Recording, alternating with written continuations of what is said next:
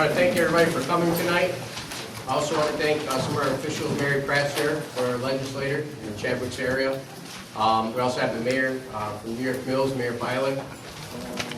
I want to thank you for coming. We've got a lot to go over for stormwater flooding. We also have some public comments and presentations. One's from the New Hartford Smart Climate Task Force, and I'd like them to come up if they can and use their demonstration. So thank you to the supervisor, to the council, and to the members of the New Hartford Climate Smart Task Force, and thanks for everyone for being here tonight. My name is Aaron Strong. I'm a professor at Hamilton College, and I'm here with two of my students, Ravina and Rachel. And we're going to give a brief presentation to you this evening on a climate vulnerability and risk assessment that we performed for the town of New Hartford Climate Smart Task Force. So back in June of 2018, New Hartford adopted a resolution to pursue New York State's Climate Smart Community designation. This is a designation under through DEC, where the town can take some actions to prepare for climate change and get access to grant funding potentially through that. One of those key items that the town has to do to earn points in order to unlock potential grant funding is to complete a climate change vulnerability and risk assessment, which is what we did. And we met with members of the task force in June of this year to discuss elements of that. We're going to give a very quick, about 5-minute presentation of this tonight. In December, there will be a more public presentation of the full report, and the full report, which is about 50 pages long, will be released and submitted to the state by the end of the year. So when we think about climate change, and I'm sure many of us in this room are asking, how bad is it? How bad is it going to be? The way we look at this is we look at 4 different visions of the future. And we say, what if we don't do anything about climate change and it runs away, and that's the red scenario. And we say, what if we do everything we could? You know, every green person you've ever heard saying reduce their carbon footprint, what if we did all of that? And then we look at that scenario and we look at a middle of the road. And this gives us 4 different visions of the future that we can assess for New Hartford. And something that's even more amazing than our ability to predict temperature and precipitation into the future is our ability to do it at a pretty high resolution scale. So that red box that you see is actually the exact place that we took all of our data from, and it's specifically for the town of New Hartford, not just Oneida County or New York State. It's specifically for this area. And we also, there were 36 different models available to us to project these future data, and we did a model scale assessment of all those models to find out which ones performed best for this specific area to ensure that all of our data had the least amount of uncertainty and that it was the most accurate that it could be. So first we're going to talk about the different hazards that we identified, the first of which is temperature. And so these 2 graphs just show, the first one on the top shows the increase in days with extreme heat under the 3 different future scenarios that we talked about. So from this, it's pretty clear that you can see under business as usual, where we don't do anything about climate change, that we're going to see almost 2 months of extreme heat days compared to a 1980s baseline by the end of the century, which is pretty concerning. And then also, we looked at number of days below freezing, and it's sort of the same thing you can see compared to a 1980s baseline. Under any scenario, but especially the business as usual one, we can see a lot less cold days. And then we also looked at precipitation, which it's important to note that precipitation is a little more variable and harder to predict. But we looked at overall trends of months with extreme precipitation, and we classified this as months with 5 or more inches. And the 2 important things to take away from this is that we're going to see a lot more precipitation in the winter and spring, which are 2 important seasons in terms of precipitation. Moving into how increased precipitation and increased temperature is going to affect. Could you speak louder? Yeah, I can't hear you back there.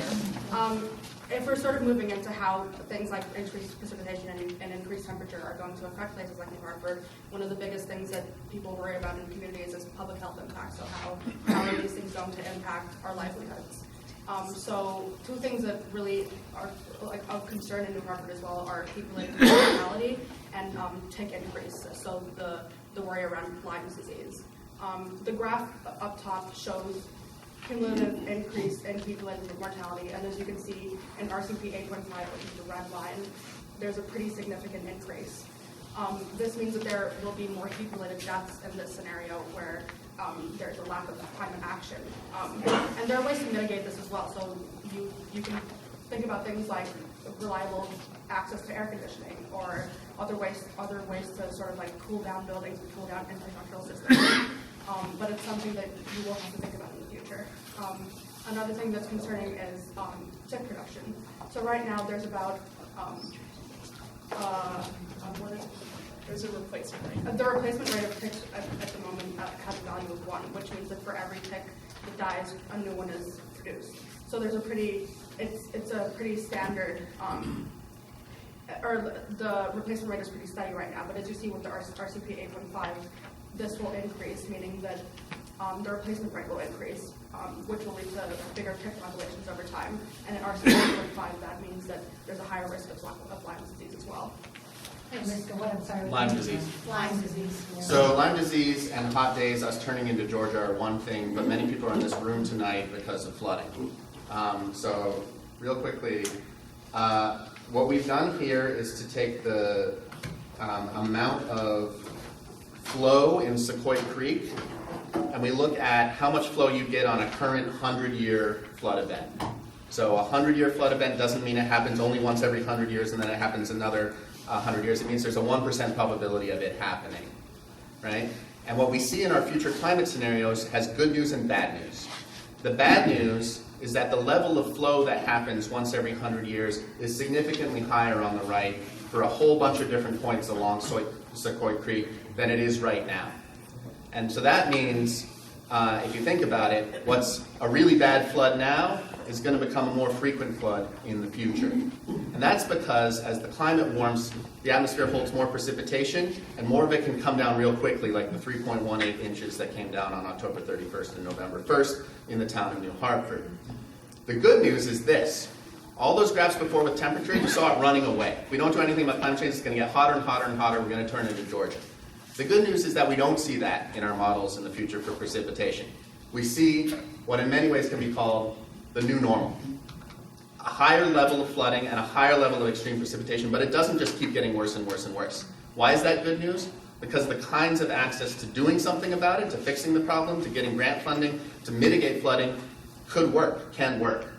So I leave you with these kinds of takeaways. We anticipate and we see in our models a doubling to a quadrupling of the frequency of 100-year floods under all future climate scenarios. We estimate a risk of extreme catastrophic flooding, that's a 500-year flood event, roughly quadruples. Practically, that means if right now you don't live in the 100-year FEMA flood zone, you live in the 500-year flood zone, you basically do in the new climate live in the 100-year flood zone. Not for the insurance companies, that's a whole separate thing, not legally, but practically you should think about yourself living in the 100-year flood zone because that's what we can expect in terms of future floods. So when you said the 100-year flood zone, there's a 1% probability, and you just said it's going to double? Correct. Double to Because, quadruple. I mean, we're getting 100-year storms every 2 years, every 1 year. Right, so the tricky So thing... as to frequency, what does that correlate to? Right, I mean, this is hard to... So let's take a look at some of the recent examples here. The Howland storm was 3.18 inches. Relative to historical precipitation frequencies based in Utica, the Cornell maintained database for Utica, this is between a 5 and a 10-year precipitation event. The amount of rain that falls, that happens about once every 5 to 10 years. But of course, that also happened in a 10-year plus rain event on July 1st, 2017, and again in 2013.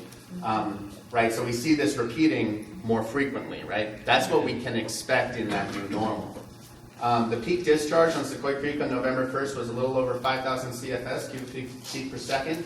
That's equivalent to an expected 10-year flood event. So if we think of this kind of doubling to quadrupling, you know, we're going to see the kinds of floods we just saw. Instead of in the old model seeing that every 10 years, we're going to see that maybe every 2 to 5 years. And that seems to be what we're seeing, right? So this is the new normal. The challenge is, what do we do about it? And that's not my job. So that's where I'll end the presentation. But I will say this, we're going to give a much longer, more in-depth presentation in December. The date's still being worked out with the task force, probably at the library, where we'll go through all the ins and outs of this and do a longer Q&A. I don't want to take any more time away from the meeting. And there will be a final report submitted to the DEC by the task force, which is part of potentially in the future unlocking another additional and separate from what's being considered now source of grant funding to do things about climate change in this community. And I thank you so much for your time. Thank you, Aaron. Thank you very much.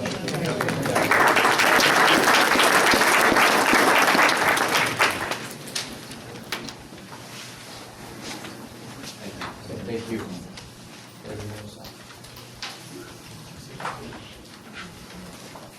All right, just to give a little feedback to the Climate Smart Task Force. It's a task force we created a little over a year ago to help work with situations with flooding and to do better, more high-efficiency ways of doing business in the town of Hartford. Also, too, they're going to also work with the flooding survey and the flooding studies that we're going to be getting in the next few months here. With that, with correlation plus what Aaron has, and work together with DEC to try to come up with some more plans and some more ideas and try to get more grant funding. So, great job, task force. They're all here tonight, and I want to thank them too, and Aaron and their students for everything they've done. So, thank you. Okay, next presentation and comments we have Hillside Gardens Apartments for eligibility for EWP. For emergency watershed protection funding.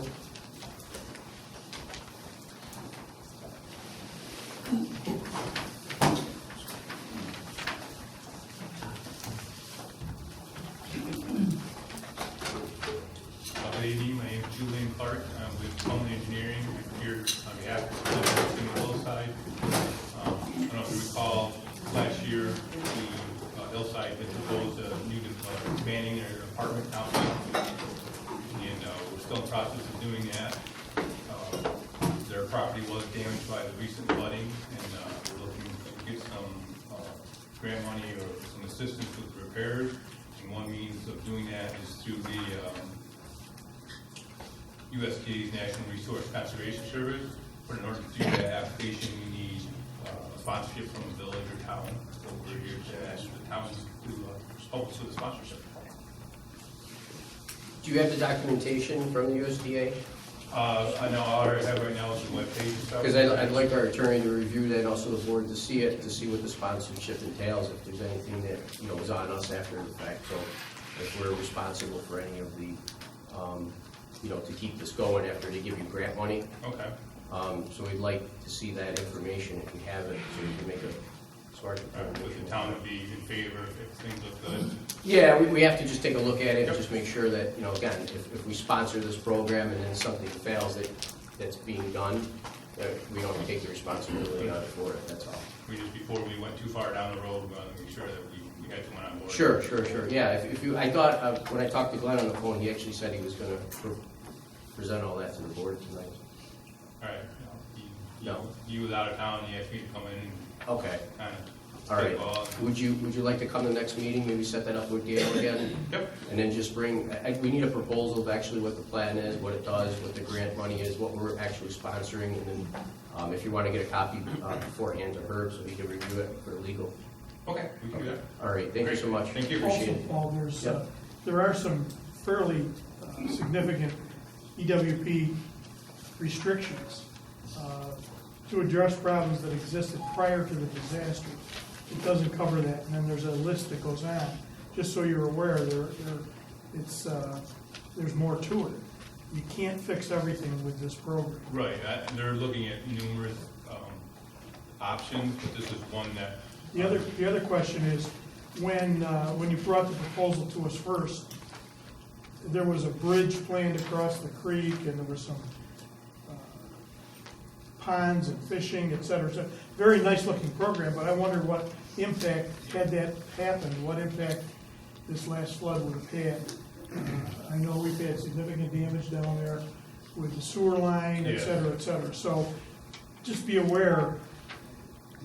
I think the plan was then amended, though, to get rid of the bridge. No, I It wasn't understand. feasible. No, that's right, I understand that. But there was still a lot of, I'll call it encroachment Oh, on yeah. the creek. But you're right, that's right. Thank you. Yep, thank you. Thank you. I also like to thank Jim D'Onofrio is here also from the county too. Hey, Jim. So, Okay, I'd like to start the meeting. Is there public comment allowed, Mayor? There will be, yep. I want to discuss a few things first, where we are, where we're going, and what we're going Thank to do in the next few weeks here. First thing is I've had a lot of people come in requesting building permits or shed permits, fence permits that had flooding issues. I asked the board if we can absolve the fees for that or any late fees for any flood victims that happened. So you want a motion to waive the fees for applicants who sustained damage as a result of the recent flooding incident? Right, and also any late fees too, if they've started putting up some stuff or fixing, any of their structures. So, Motion by Dave, second by Rich, discussion. All in favor? Aye. Okay. Yes. Will that include going forward, because like I'm gonna need permits come spring to do that stuff. Yeah, anything that you could take your pictures and just will show it to the codes department and attach it to your building permit and your fees will be waived. Okay, thank you. All right, so that was one thing, that was great, thank you. The second thing is I want to discuss where we are. So as you know, last meeting, we discussed to go out to get a full comprehensive plan of the first ward and second ward for flooding for the 16 watersheds that are in those two areas, Ward 1, Ward 2. In that study, I've contacted Dunn and Scromero, John Dunkel, which again works with SUNY also. He's done our Mud Creek survey from years ago. He's taken on the project. He's going to meet with me and Rick in the next week here or so to go over a lot of different things. I also met with, and Rick also, and Rich, with the state today, with the higher officials of the state. We told them what we were going to do. They've been working with us to help clean up a lot of the debris and work with us for a lot of the programs. We're also working with them for grants to get some of these items complete once we get the study back. So that's where we are with that. We're making progress on that end. Also, too, I sent letters out to a lot of the residents that came to the last meetings in regards to, we're going to keep them updated with FEMA buyout, with FEMA assistance, or any assistance that comes through from the state or anything here at the town. So again, in this meeting too, if you can leave your information, we'll put you on there also so we can keep you updated. So again, if there's any buyouts or any assistance, that you'll be the first contacted so we can get you that information. So that's where we are right now. I'm sure the county, Barry and Jim are here. I'm sure the county is going to come up with some programs too for people. I know they have already had some for people that were, again, without power totally or anything like that. But again, we're working with all the officials at the state level, the county level, and we're working to get some relief and also, again, putting some projects together after the survey and get some stuff into some grant, do some grant writing and try to get some of these projects taken care of. So I don't know if anybody else, the board, Jim? Yeah, I just want to make mention, ask Rick, our highway superintendent, you can provide the audience an update of where the crews have been since October 31st. So just kind of get an idea of what we've been doing to kind of help alleviate some of the issues. We've been in the creek behind Creekside Diner there on 9th Street, and we went up to a couple hundred feet up the creek as far as we could go to where the creek starts going into the front yard. Then we went over to the right side of Mallory Road, Palmer Creek, I believe, and we've gone up that creek as far as we could go at this point. And then we worked from Mallory Road Bridge there and worked up to Palmer Creek to get that over. We've also, we're presently cleaning the ditch on 9th Street. I had several complaints on the ditch between Sessions and Mallory. They've been working in there the last few days getting that. Maybe they got one more day. Then we'll get the sewer truck in here to see if we get that pipe open. That ditch has been done. We had a broken sewer main in the creek right by Ham Place from the storm. That has been, we had to reroute the creek, move the creek, dry the area of the creek. to where the repair was made. The repair's been made, it was asbestos, we had to have a special crew come in to deal with asbestos pipe. And that has been fixed, and the creek is back in its normal location, and the diversion of the creek has been filled back in with, we had cut trees down and stumps, all that kind of, to move the creek. So that's been back to normal as of yesterday. Hand Place, a lot of that water came down in Hand Place, and the breeze came from Route 8. The state has been working nonstop up on Route 8. The culvert pipes that were plugged, they're working on Hand Place right now, putting that bank back together. They're in there working. The state is also helping us in Washington Mills Park. They're hauling debris out there. Actually, they got lights on them, so they're working a double shift down in there. They're getting the debris out of the creek in that location. And all this debris is coming back to my site behind the highway garage. So at some point, we'll have to get the county in there to chip all that debris up to get rid of it. They found another culvert pipe plugged on Route 8 that goes to Mohawk Street. And that might have caused a lot of flooding at Mohawk and Roberts Road. By that intersection was gone. Also, there's another small creek that comes down and crosses Mohawk Street that goes down Elm Street. They're working up on Route 8 for those two locations. I believe they found the second one today. We got the intersection back together on our part on Elm Street. Elm Street had to be paved partially, and then a rock wall rebuilt. We're not done there yet. We got to clean the creeks behind the houses on Roberts.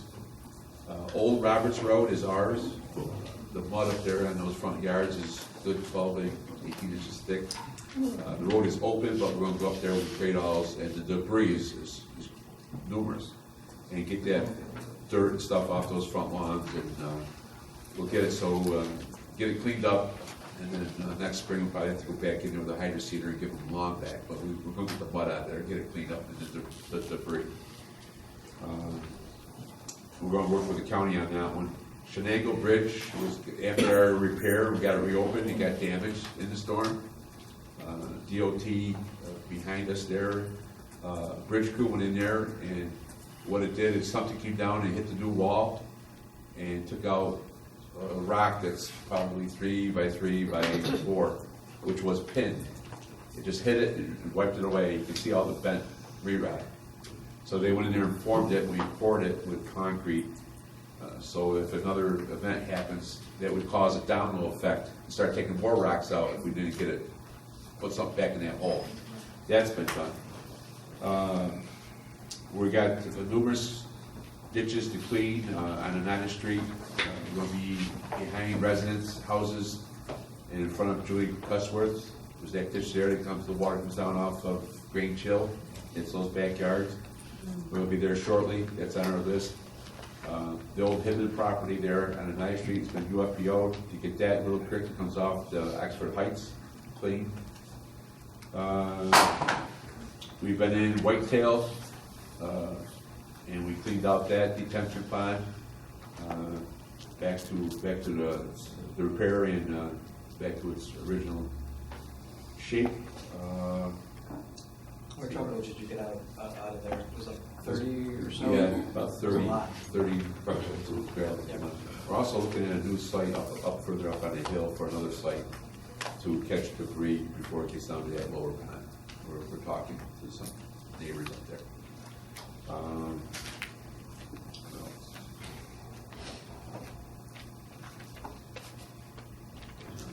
Chris, you got something I didn't hit?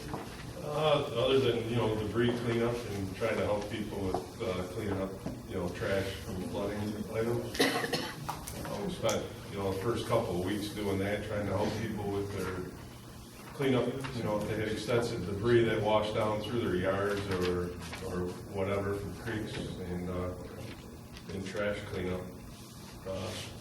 Trying to sweep areas that were hit hard with mud and debris and that sort of stuff. Yeah, I think you guys have done a tremendous job. Right. we've been nonstop with, you know, Paul mentioned the state, but we've been out there looking at these sites with the state, coming up with our threshold that we have to meet. And we've been out with FEMA the last couple of days. The United County has made the threshold with no problems. It's making the state threshold is what we're working on. If we don't meet that state threshold, we don't get to FEMA. So we're out there working, walking, checking everything that we can that's been damaged to make that state threshold. And then the state also came in and removed the bridge in Chadwick's, right? Yes, they, there was a private bid, bridge at, he's here this evening, and we got numerous help on that. That was long, but I mean, the job got done.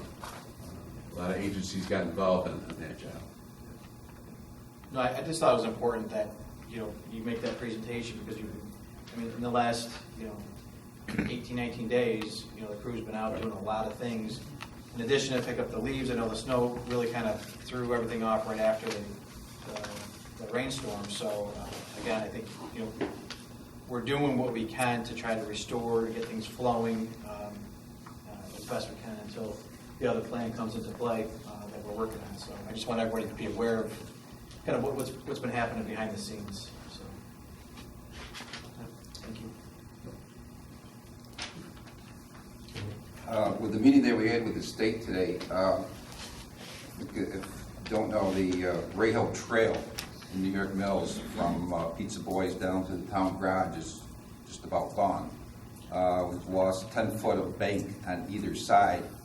The preliminary indications from the people from the state believe that the bridge or the creek itself may be too narrow as it comes under the Clinton Street Bridge. And they're looking at that, and that may be a reason as to why the overflow occurred on Henderson Street and whatever.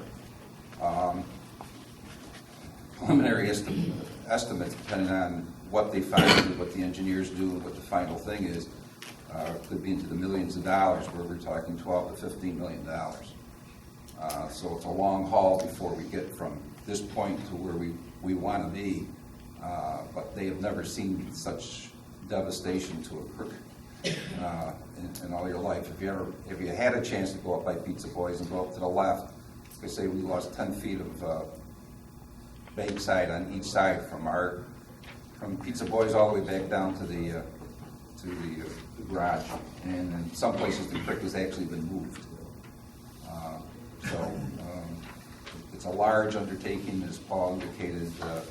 The engineering that we've hired will come up with a plan that will then be shared with the state, and we're hoping that Whitestown and the other communities will also join us so that we have a cooperative effort, so it's just not one township doing it, and I think Paul can speak to that. But, and the FEMA people that have been going through the area said they have never seen devastation like this before. They were expecting a normal flood. Now, okay, we've been here before, and they just said they can't believe it. They're from all outside the country, and they just can't believe what they're seeing. So hopefully we meet that threshold, and we'll be able to help the people get out from underneath the problems that they're experiencing. And also to add to that too, the comprehensive study that we're doing also takes into effect like the town of Paris and other surrounding areas too, where the water is actually coming through. So that'll also be in our study too, to see what we can do. And at that point, they have the Sequoia Creek Commission that, again, with this study, we'll be able to propose this to them, and maybe with the other surrounding towns, get everybody cooperating together. Again, to maybe work on some major projects to help this water coming from the areas that it's coming from. So again, we've built a good relationship with the state, this week, with all the flooding and all the stuff, and they're willing to help us. And again, this study is going to get it so we can get some help. And the engineering firm that we hired is actually an engineering firm that did the Royal Brook, or the Mud Creek study, where Royal Brook Lane is. And if after this big major storm we had, from the work that's been done, for that area, they actually didn't get flooded from that creek anymore. The water that got flooded for the first couple homes on Royal Brook Lane came from Sequoia Creek. So, again, that study worked, it made sense, and the stuff that we got done actually did work. So, again, you know, our commercial drive Seneca Turnpike area where JK was, that didn't flood in this last storm, and, you know, that was due to the work that's being done on Middle Settlement Road. So, you know, again, those are all things that are coming together that I think is gonna be helpful for everyone and the local communities around us also, because we all have to work together, because the water is just coming from town to town and wiping everything out. So, you know, that's another thing that I wanted to add from our meeting today. So, have we, or do we need to inspect any of those bridges that were impacted by the flooding? Like, The state inspected all the bridges. Bleachery by Montgomery? Yes. It's all been inspected. Yep. So they've all been inspected, and again, the Shenango Bridge, which we just paid all that money to fix, is now refixed. That's taken care of, so, you know, we're back okay with that.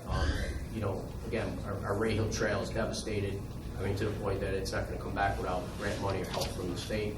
And then our Washington Mills Athletic Park, as you know, got devastated. Again, that's near the apartment, on the backside of the apartment house, that they're, again, we might want to look at as a town board and say, listen, those soccer fields, those baseball fields, we might want to move those up to Sherrillbrook or put them, you know, near the highway garage where the other soccer fields are, and use that for some retention area, for some stormwater area, because that gets killed every time we have a storm. You know, they can't play soccer there anyway, and all that diamond dust that we put there and everything's gone for the baseball fields. So, you know, that's something that we'll have to look at once the study is completed, and it's going to answer a lot of the questions that we have. So, you know, and also too, the DEC did a full drone investigation of all the creeks overhead.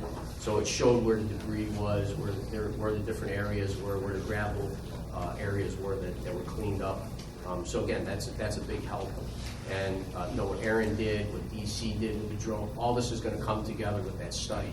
You know, and we're going to have a full outlook of exactly what's going on, instead of just putting Band-Aids on it. It'll be, again, like the Mud Creek one, where we came up with ideas, we fixed it, and now it's working. So hopefully that will happen with this. You know, so that's where we are as of now. Again, any residents that need any help or anything, or assistance, or want to figure something out, they can come to our office, and you know, we'll help them through any assistance that any agency is offering. So, also too, Mary's here from the county. I know, Mary, if there's anything that you wanted to discuss. Yeah, I just want to encourage anybody that hasn't already called the 211 number, if you suffered any losses or whatever. If you haven't already reported that, please, you know, report any damage, if you've lost your furnace, if you've lost your hot water tank or whatever, because that all goes in to the damages too, to determine that threshold. And if there's anything that I can do for you, you know, feel free to contact me at any time. But I also want to reiterate a little bit of what we've discussed. You know, the night of the storm, we were at the Willowville Fire Department, Paul, Rick, Jim and I. They did an outstanding job, as I know all first responders did in the area. And I just want to commend the crews, state, county, Rick's crew. We were in the area the next day and all the surrounding areas, and the amount of work that's been done is just been unbelievable. So I just want to commend you on that. And thank you for that, because we were in the area the next day. Jim was in the area, you know, as well. But any assistance that we can provide, please feel free to contact us. The county has allocated, you know, another $1 million, $500,000 for losses. So those of you that have done the intake with the furnaces, hot water heaters, or any other losses, you know, that will be determined. And for projects, and we did some of those projects last year with the town of New Hartford. So if there's anything that we can do, please contact us. And please call that 211 number, or the Community Foundation. We know we were doing intake at Willowvale for the entire week afterwards, and then they did another intake this past week. So please feel free to contact us. Question. Is that for residents only, 211, or what are you doing about businesses that lost? I would call the 211 number for businesses or for residents. I was told today that the 500,000 is for businesses also. Yeah. But there's an application process, so how the county prioritizes it, or the Community Foundation prioritizes it, I don't think they know at this point. Yeah, and then it does go through a committee following that. where they make the determination of where that money goes. But I encourage anyone, please, if you haven't reported it, please report it. Yeah, and the 211, just to go on that too, speaking with the state, that makes it so everybody gets relief and everybody gets, something from it. So again, every dollar that's been lost, if you can bring that in there, just helps us actually get that FEMA program, helps us get the state aid that we need to, again, do some of these projects, get some of these grants. It opens up a lot of doors. So Mary's right, whatever you can do to put that information in really helps get this project We want underway. that threshold, I mean. Exactly, we really and need if to we get don't there. read it, I'll be very surprised with the damage that was done this Yeah. time.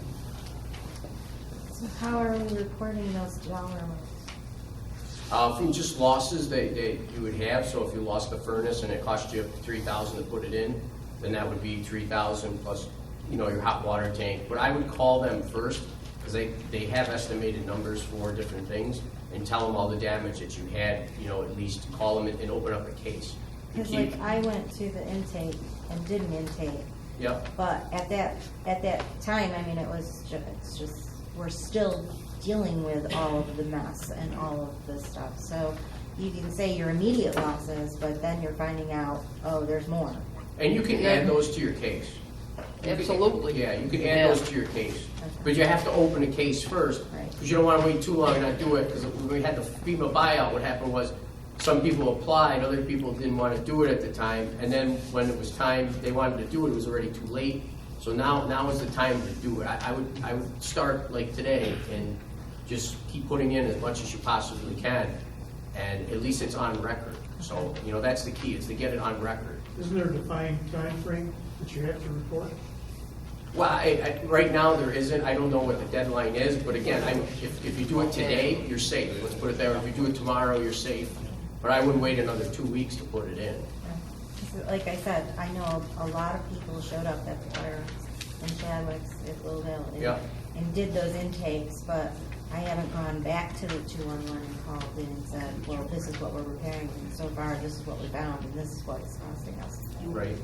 How do you do that? Because I've done the same thing. I filed a case or opened a case with 211, but I didn't have all the estimates yet. I'm still compiling estimates. Would you call them back? I didn't call them back. Yeah. No, they said that they would contact me with any resources that were available. Okay. They well, didn't then- ask me for a dollar amount. Okay, well, then we'll contact you back. Again, right now, we're just in the compiling stages. So as we go on, there'll be more to it. It was just like back, 5 years ago, when the state had that program to help renters and homeowners and businesses, and they gave money to you after you went and gave them your losses and your receipts and all your kind of stuff. They helped you, but it was a process. You had to meet at like the colleges and things, and then after you turned in your stuff, and then you had to wait again, and then you finally, you got a check like, a few months later, but it was a long process, and this will be the same way. It's going to be a long process because, again, they're trying to capture all the data first, and then after that, once we meet the threshold, that's when they're going to start actually knowing a dollar amount, what you're going to get, what kind of help and assistance everybody will get. So at least that's how it's been explained to me so far.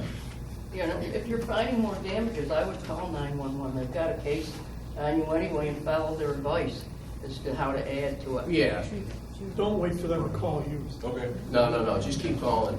Yeah. So, Jim, is there anything you'd like to add? No, I think Mary said it all. I mean, Okay. From a county perspective, it's only $1 million. $500,000 is going to go to the town to help clean up the residents' stuff and town stuff, and $500 is going to go to the residents for furnaces and whatever. I think after FEMA comes in and they see what they're going to cover. So not a lot of money, but we did it the last time too, and helped out a lot of people. Yes, sir. We talk about the crick and everything.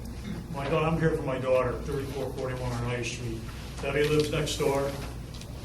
Customers has the reserve and everything out in the back. The town is supposed to maintain, they came in a couple of years ago. They put a culvert behind my daughter's house with a big grate and everything.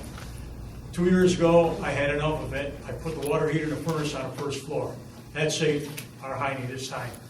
What can be done above there? Petrello's is up here, Grange Hills are here, they put the holding tanks up there. Steve Leonard's place got flooded again. what can be done about that? If you're worried about the crick and everything, I can understand that, people down below. But this is the 4th time now in 5 years. I can address that. What's This study. Yeah, what, I mean. where This does it study go? is not only for the Sequoia Creek. This study is also going to look at the area as a whole. So Grange Hill, all those areas are going to be in the study. Again, there's 16 watersheds that are going to be in the study. So it's not just Sequoia Creek down the street. This is the whole area. When I say Ward 1, if you live in Ward 1 in the town of New Hartford, this is going to be in the study. So it's going to show all the areas and all the issues that we have in all parts of that area. So it won't just be the creek. We're doing this as a comprehensive plan for the whole district. It's not going to be one area. So if this is an issue that, again, that's happening, it should be documented in the survey and take a look what can be done. I mean, besides us just cleaning it out, I don't think that's the answer, maybe you're saying. Right. But maybe the answer is if we find out what's creating it, I think we got to look at that is more of the issue. So again, this study is going to do that. It's a whole area. It's Jim's whole district from, Snowden Hill Road, Sessions, Mallory, Elm Street, everywhere, Roberts. It's going to be Oneida Street. It's the whole district, and the whole district's going to be looked at. So once we get this study, those are the answers that we're going to have some answers to say, okay, this is the problem. Maybe if we fix this or we take care of this area, it's going to stop the flooding in your backyard or your daughter's backyard.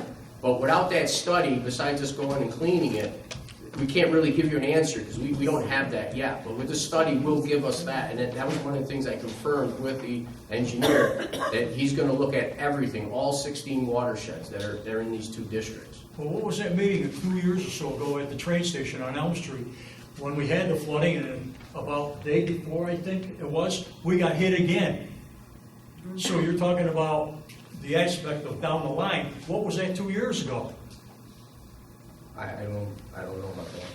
2017. Yeah. So they're talking And, about and, the July. and the day or the day before, we got hit again. Well, I don't know what happened in 2017 because I wasn't there on Elm Street, but I can tell you now we're doing the study and we're going to look at the study and get grant funding to get problems solved that we can get solved. If we get money from the state, we get money from the federal government, we get county help with these grants, like the county's been great. We got the Grange Hill project done.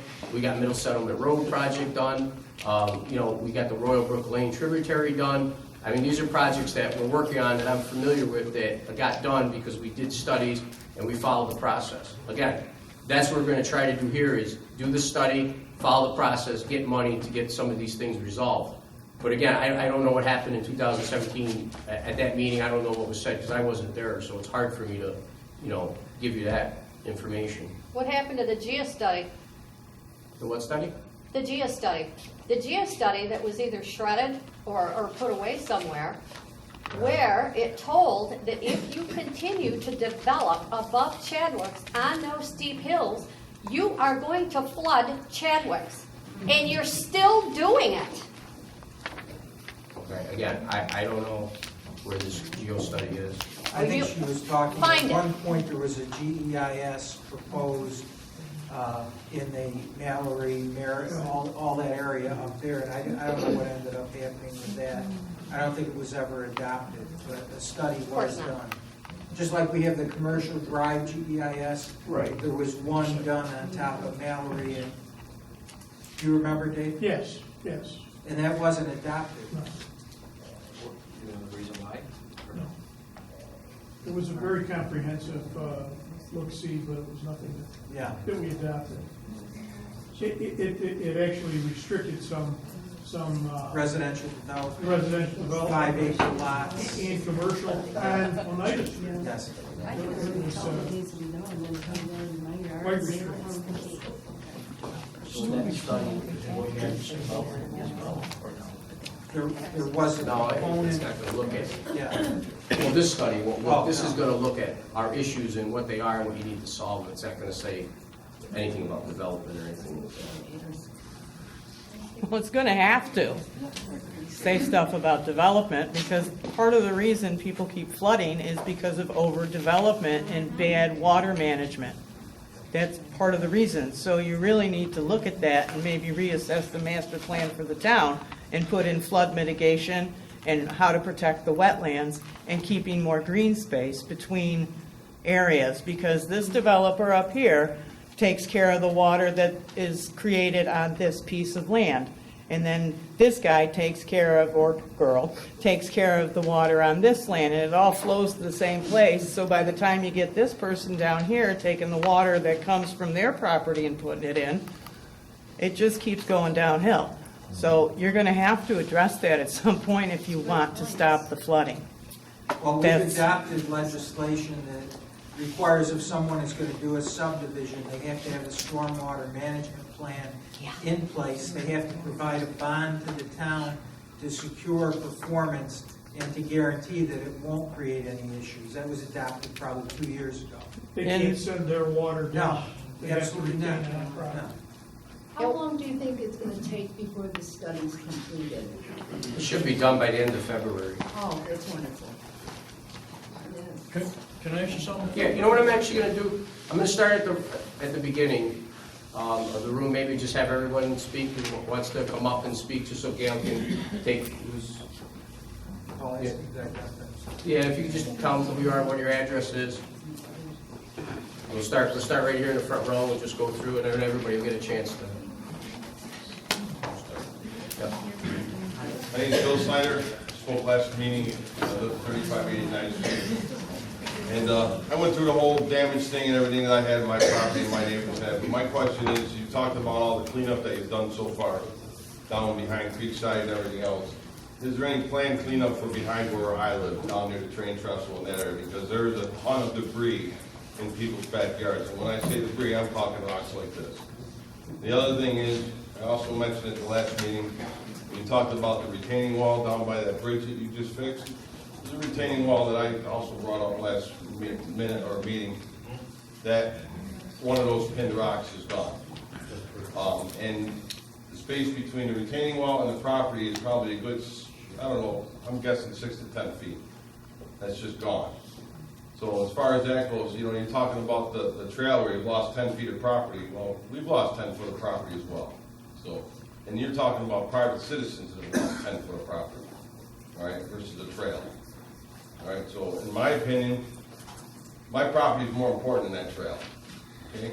Because I've lost that property. That's tax money that I pay on my property that I don't have to use anymore. So my answer is there any plan to come in and clean that up and fix that? Are we gonna get in that creek and clean that creek out there? The Koi Creek, DEC, Well, I was told last month that you had a 30-day window to get in there. different places, that's why we worked. Well, they went in there the last time, we had this, I forget the guy's name, Spinella went in there and cleaned it out. So I know it's happened before, so it must be able to be done again. Right. We have to apply, which we are. So is there a plan to get in there and at least clean up the debris and get that retaining wall fixed? Is it private land or is it backyard? So the state won't help us.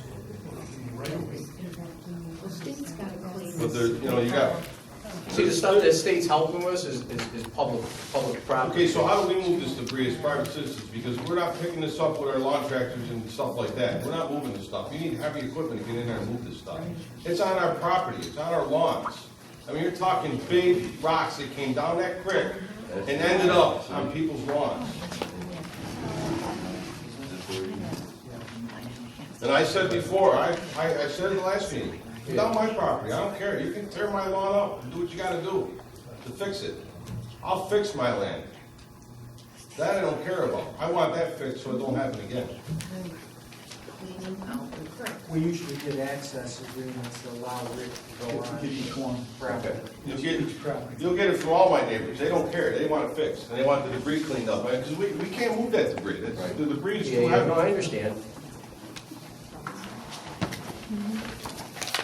That and just so you know, my shed's still up against the trellis. Or the trestle. What's your exact address? 3580 9th Street. Okay. So, Thank you. my name is Ann Matos, and my maiden name Ms. Donovan, and I'm here on behalf of a whole family here because my parents built our house on Hamilton Street, which is the backside of Elm Street in Chadwicks. And we've been there 46 years. We've never had flooding as bad as this ever. Nothing ever coming into our home. We've had, our neighbors have some water in the basement before, but they have full basements. We're a raised ranch. We had a finished basement for my parents done 7 months ago. And it's a little heartbreaking because we just had to rip everything out. And they're on a fixed income. I'm a single mom, and I'm supporting a lot of people. It's difficult, to say the least, to not have flood insurance, to be trying to put people back together. You have neighbors and family and friends all trying to help each other, which is awesome. But we need to know as a group, as a community, why the whys. We love to hear what's happening to clean things up. We love to hear that there's possibility of FEMA that will come in and assist us more. But I think putting things back together is very heartbreaking. I came from Louisiana. I came from Katrina. I lost my home there with my children. I came here. My parents put me up and my kids. I bought the house from my dad who built this house 46 years ago. And now I'm putting them up in our upstairs. It's just heart-wrenching to hear the stories of our neighbors. My next door neighbor had their basement wall cave in. My other neighbor had their basement completely filled. We had water come not only from the Mohawk Street down, but from Oneida Street. We filled in like a bowl in Chadwicks. I mean, it was just a bowl. And the amount of water that came in so fast came from 2 different directions, and it just wouldn't stop. My father is 75 years old. He built the house with his own 2 hands. He's due for a hip replacement next week. He was up and down the stairs the entire night with measuring the water and blaming himself. What did I do wrong? Like, what did I do wrong to build the house like this? We did what we could so far. We pumped the water out, we ripped the walls out, we try and put things back in perspective. But like I said, we found black mold. There's things that we found after the initial intakes that we are dealing with right now. We will report them, and we will continue. We need to know, are we going to be designated a flood zone now? Are we going to be needing flood insurance? Because no one in our area has ever been designated that. You can purchase it whether you're in a flood zone or not. And I understand that, especially coming It's much from Louisiana. But we never needed it before. Yes, but it's much cheaper if you're not in a flood zone, so now might be the time to do it. And we just Now is the time to do it. We just redid the flood maps, and they were adopted in 2013, so that was a long process, and I think the town was a part of that at first. So it might be a while until they reevaluate that. But Did you say that was the first time? First time ever. And it came in, it was 22 to 24 inches. It was 2 feet. We're a raised range, so our basement is only 4 feet underground. Our neighbors had 8 to 10 feet in their basements. So for them to get that, and then for us to see, we were totally drenched. I mean, there was just nowhere for the water to go. The storm was a little bit unique because it did hit areas that, never had before, right? I mean, certain areas and that we know, certain creeks and so forth that happens, right? Like Hamilton, I was down there, and I think you're right. We came from a couple different areas. Now, are you by the hillside too, where it comes down? So, so we'll identify that as well. So, I know the areas, so when we work with that study, so we can put that on as well. 'Cause, again, you know, they lived there for how long? 46 years. 46, it is the first time, but as you saw the presentation earlier, I mean, things are changing, and In 2017, we had water up to my mid-shin in our backyard, but nothing seeped into the home. So this is our first time ever. sorry it happened to you, I really am. Sorry, it happened to everyone.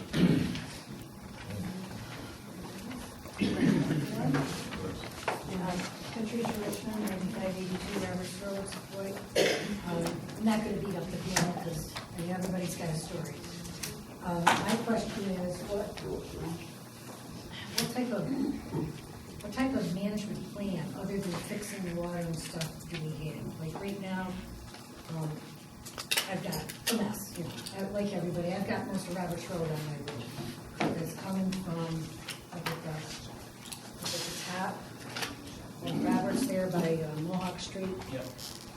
Same thing as 2017. And my question is, today they came up and put this along the road. I've still got all the, I don't know what it is. I've still got all the Roberts Road in my ditches and all over the yard and everything like that. But other than the fact that we know what we gotta do is work on stopping the water, figuring out the water, is there any type of plan that's gonna help us when this happens, like saving receipts? Great, I mean, Social Security, I'm 70 years old, I can't afford, you know, I mean, I can get my kids to rip up my rugs and fix the stuff in the house, but I can't, you know, like right now, I've got a guy who's gonna come and do my driveway. I don't have the picture of the driveway. I have Roberts Road in my driveway, I can't use it in the ditches. And he's gonna let me pay monthly, but everybody said, well, save your receipts, save your receipts. You know, we don't have backup money, you know what I mean? Is there gonna be some type of something, like some type of slush fund, like, oh my gosh, you know, here's $100, at least you can get some cleaning supplies, you know? Yes, you got cleaning supplies from Red Cross, but it doesn't. I'm babbling, I don't want to take everybody's time. No, that's fine. It's just to answer that question, so we're a municipality, it's public. We can't hand out checks for that, the state can't do it directly, but that's why like the Red Cross and those private individuals, you know, again, they get money, I think, from the county and from other organizations. They get money, and then they distribute it to residents when they're at need. So that's the only way that possibly works. Those are state laws that we can't change or do anything about. I mean, the main thing is, let's get the water stopped, because I took the hit in 17. Came right over Mohawk Street, came right down, all through the front, all through the back. The flooding, this time the flooding was worse. Came right big slab into the house, and you know, that was it. Just, like I said, I don't want to keep babbling, but I am. Well, thank you.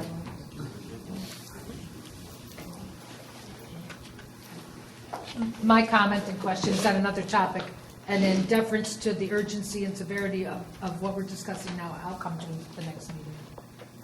Okay, thank you.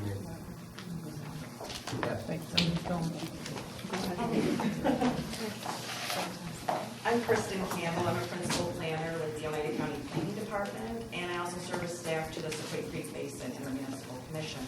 And we would love to have the town of New Hartford as an active participant in the group. The group has been active and very successful with the town of Whitesboro, Cedar Mills. We've been working together hard. As a little bit of the past, the town of New Hartford was one of the people that started the Sequoia Creek Basin Commission to work together collaboratively, and with political changes, wasn't a participating member. But we'd love to have you back. A study is a fantastic first step. You need the data to figure out where the water's coming from. We have armchair quarterbacks that say they know where it's coming from, but we found out in the lower reaches, we really don't know until we look at it. So if you need anything, I want to offer our services in Oneida County and the planning department. Is all the communities coming back in it though, or? Yes. Okay. We've had, right now, we have one that's possibly coming back in. I should know very soon. It's a smaller portion of the basin. They're about 5% of the watershed. So the more active participants, the better. Yeah, I think we'd all like to join up and be part of it as long as we you know, we get some stuff done quickly and we move along, you know. Yeah, no, I think We are trying. If you Why look did at- it ever stop though? Someone I know didn't want to pay Rick maybe could share a little more. The contribution, there's a voluntary contribution for funds that we use for matches to grants. If there was an emergency, like we did repairs on the creek for the town of Hartford, we worked on the Washington Mills Athletic Park, we worked on a fishing pier there. We did do a lot of work in the town of Hartford. I guess there was a go-it-alone thought and it wasn't valuable at the time. And the town of Whitestown at the time got back in where they hadn't previously been contributing. And that's where a lot of the flood damages were, so. You armored Hand Place too. There was an N-County sewer project, and Jimmy might know more about that. Hand Place, was that one of the sewer district projects? But yeah, that was armoring, I believe that was done through the sewer district. Right, and I think it's a huge advantage. I mean, we are an integral part of the Sequoia Creek Basin. We really need to, beyond that, it only is a plus when we're looking for grants, when we're looking to present a united front on any issue. For us not to be in that, I think leaves a hole. I think we really gotta step up. And I understand there are other ways to do all that, but this is important. Is we communicate with a one voice as the basin. I mean, Right. people are just getting hit. If you've driven around Whitesboro, I was there Friday afternoon, it's devastating. There's no one there.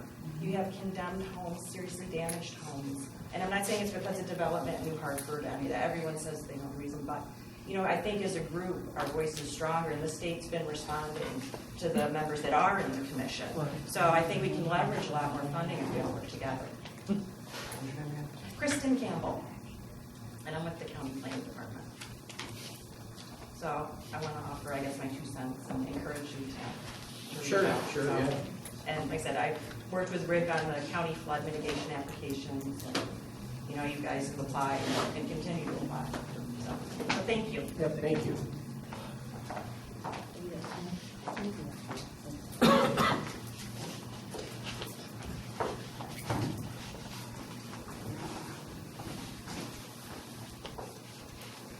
Hi, Catherine Doherty, 22 Lincoln Drive. I'm here to comment on the Wood Trail apartment complex that's being proposed to be built in Ward 4. I'm an adjacent neighbor to that property, and I was stunned to hear that an apartment complex was proposed in a swampy area that floods, and there's no public transportation. So, because I had heard originally that it was going to, the new owners were going to be a church. We could use another church in the town of Hartford to pray for us, especially with all this climate change and flooding caused by corporations and governments who allow development of land that is not suitable. This is one of the last large green areas in Ward 4. There's many sensitive and endangered species living in those woods, pileated woodpeckers. It's very beautiful there. We were told we would get a park and walking trails, and that didn't happen for the last development when the developer came in to do the business park. I feel any future development in the town will exacerbate the flooding and diminish our residential quality of life. Therefore, I would like to submit these comments on this. They're going to vote on this later on the public hearing, and I'll have more to say at that time. But Well, I think there's going to be a local law introduced, and as a result of that introduction, a public hearing will be scheduled somewhere a month from now to talk about it.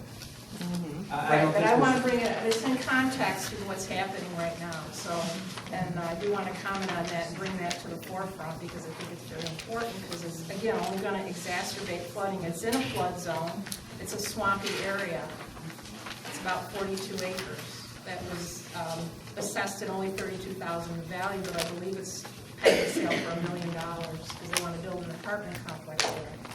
And I'm not sure what kind of apartment complex it is. I haven't seen any of the plans. I haven't gotten a letter. I haven't heard anything. So I'm very concerned about that. And it's in the context of the discussion, it'll only add more floodwaters down to Whitestown and other places. I'm not an engineer, but as a resident, I have concerns. And I would like copies of everything to be kept informed on what's going on with this. And I would like the board to please consider not approving that, changing the zoning to residential. I think it's mixed use. We're a commercial area over here in Ward 4, and I don't think we need an apartment complex with no transportation. We don't know what kind of apartment complex it is, what kind of rents are gonna be. We don't have any information on it. Thank you. Thank you.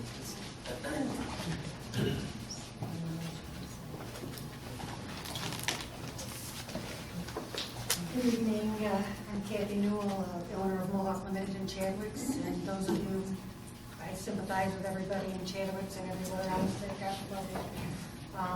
As you know, the buildings here in Chadwicks, they used to be known as the Bleachery, they are from the early 1800s, and I've been president of Mohawk for the last 40 years and have never had a situation like that. We had 4 feet of water and mud in 15 minutes into our plant, which was over 60,000 square feet. We have 5 parcels. Every single one of them were flooded except building 3. I appreciate all the help and for coming to visit and come and look. And I've called every agency and have everybody coming to look at the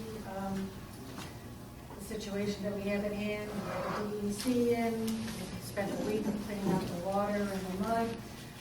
My concern as a business owner, people are looking at me like, am I going to still have a job? Is this going to happen again?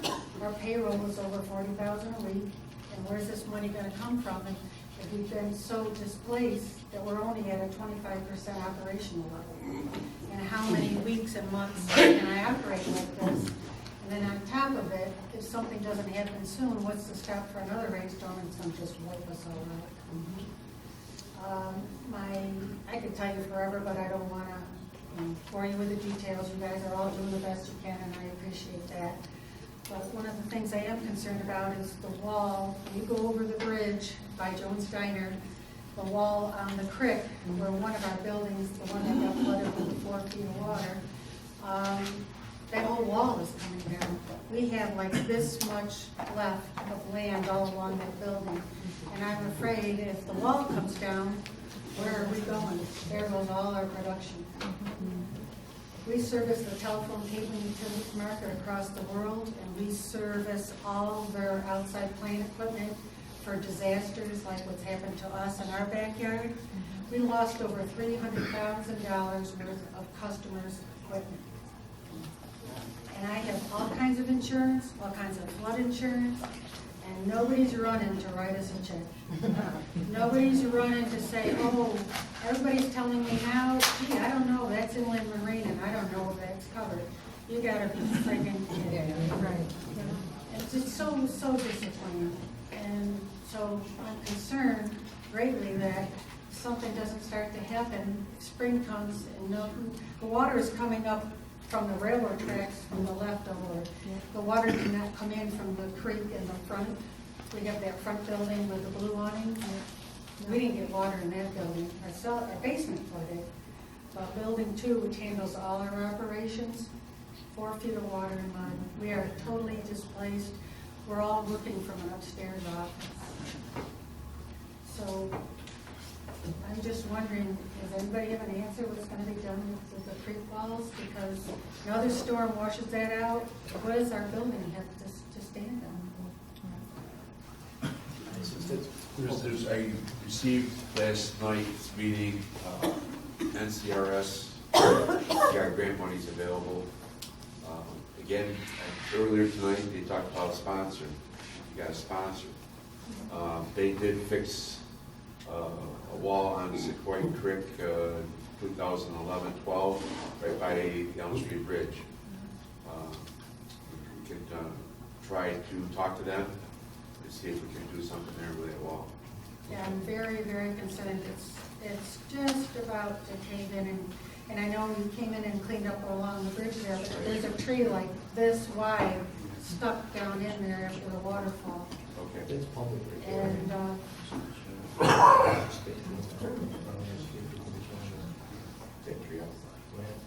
And Rick, that sounds like an emergency situation. I think clearly. Yeah.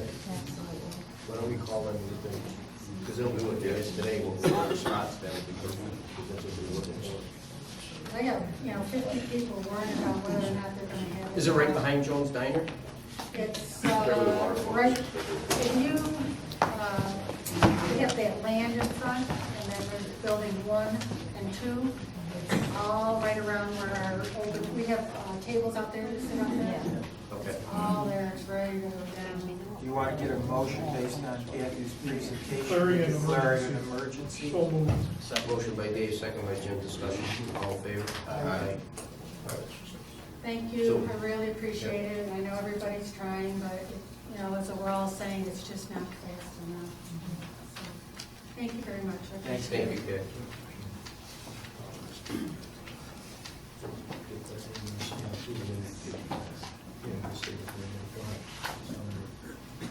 First of all, I live at 3420 Internet Street. I have property behind you. You guys can move the bridge to the house, you can, that's the right of way to my house, coming down through off United Street. How do we get there now? What do we do if I go back in the house? Emergency services can't go back there. Rick, you've been back there. Yeah. We went back through someone else's property. We went through your property, Doug Gariger's property. That's not my right of way to my house. What do we do with that? I don't know. It's all private. Private, both sides. The bridge was private. Is the bridge still intact? No, the bridge was They went out pieces. So it's a private bridge and both sides are private? Is that where Kathy was just talking? I'm coming over, we have a second bridge behind the Legion. Was that your bridge? The bridge that came over the Square Creek was my bridge, yes. Do you have homeowner's insurance? Yes. Because it should be, as other structures should cover that. No, they gave what they not cover. Really? Because there's other people that have a situation and other structures is covering. Yeah. Well, I guess I would say I went back in the house tomorrow. Maybe a fire, how do you get back in my house? What do we do about that? All you do is look into it, but if it's private on both sides, I don't know unless there's some kind of emergency declaration that would waive the requirement that, and would allow us to go on private property, but normally we can't. And what would that grant us? To build a new bridge? They're not gonna let I don't think. That's what I mean. No. It's a private bridge. There's two private bridges up there in that area. What was the Crane people over there? Yours. Central Steel. Central Steel. There's one behind Legion also. That Yeah, was I don't know how we can go on private property and repair a private bridge. Your insurance won't cover it. You actually own the bridge is on your land? Came with the house, used with the house. My driveway starts on United Street, comes down between another house and a building, Fairpine Fisher Auto Parts. I had to right away through that. My neighbor is letting me use his back field to get access to the house. But it's like swamp in there. And I don't want to tear his lawn up anymore, and I get stuff with my lawn. Keep going back there, doing what we're doing. Yeah, see, we're barred from going on private Yeah, property and I repairing. know, I signed all the waivers already this Yeah. past week or two. we had a tremendous amount of, just to get the bridge out of Yeah. the creek. We had DOT there, we had canal people there, we had DEC people there, we had parks people there. To get it out. And they were all pointing the fingers at who's gonna get this bridge out. But Well, is that the been decision reported was through? made because they thought it was gonna be a dam and come apart worse than Yeah, what it because when I was. went and did what I did, I went and got an excavator myself, started pulling trees out from underneath it. And I can only do what I can do with getting an excavator from Flint Tractor. I went and got one, started pulling what I could out of the way so it wouldn't keep flowing water back everywhere. Has that been reported through the county, Mary, this damage? Pardon me? Has that been reported through the county? Yeah. It went down. Yeah. Other than that, I don't. I still can't see how they can on other structures cover that through your insurance. It makes no, I mean, they flat out give you a letter, deny them. Well, when the insurance adjuster came there, he flat out said it was not covered. Insurance doesn't cover other structures. My insurance told me the same thing. Yeah. So it doesn't cover your shed either? No, not for flood damage, nope. No, I walked down from my house all the way down to the athletic park on the side of the creek bank. I said, I know right where your shed is, and I found half of my stuff, and everyone else's backyard destroyed, mangled. I mean, Unless Unless you have flood insurance. Yeah, Doesn't I had cover, it, doesn't cover that. flood insurance doesn't cover these, it doesn't cover other structures other than your house. Our house is a ranch, there's no basement, that water went straight Yeah. through, That's from awesome. backside, front side, didn't matter. That's all I got for you.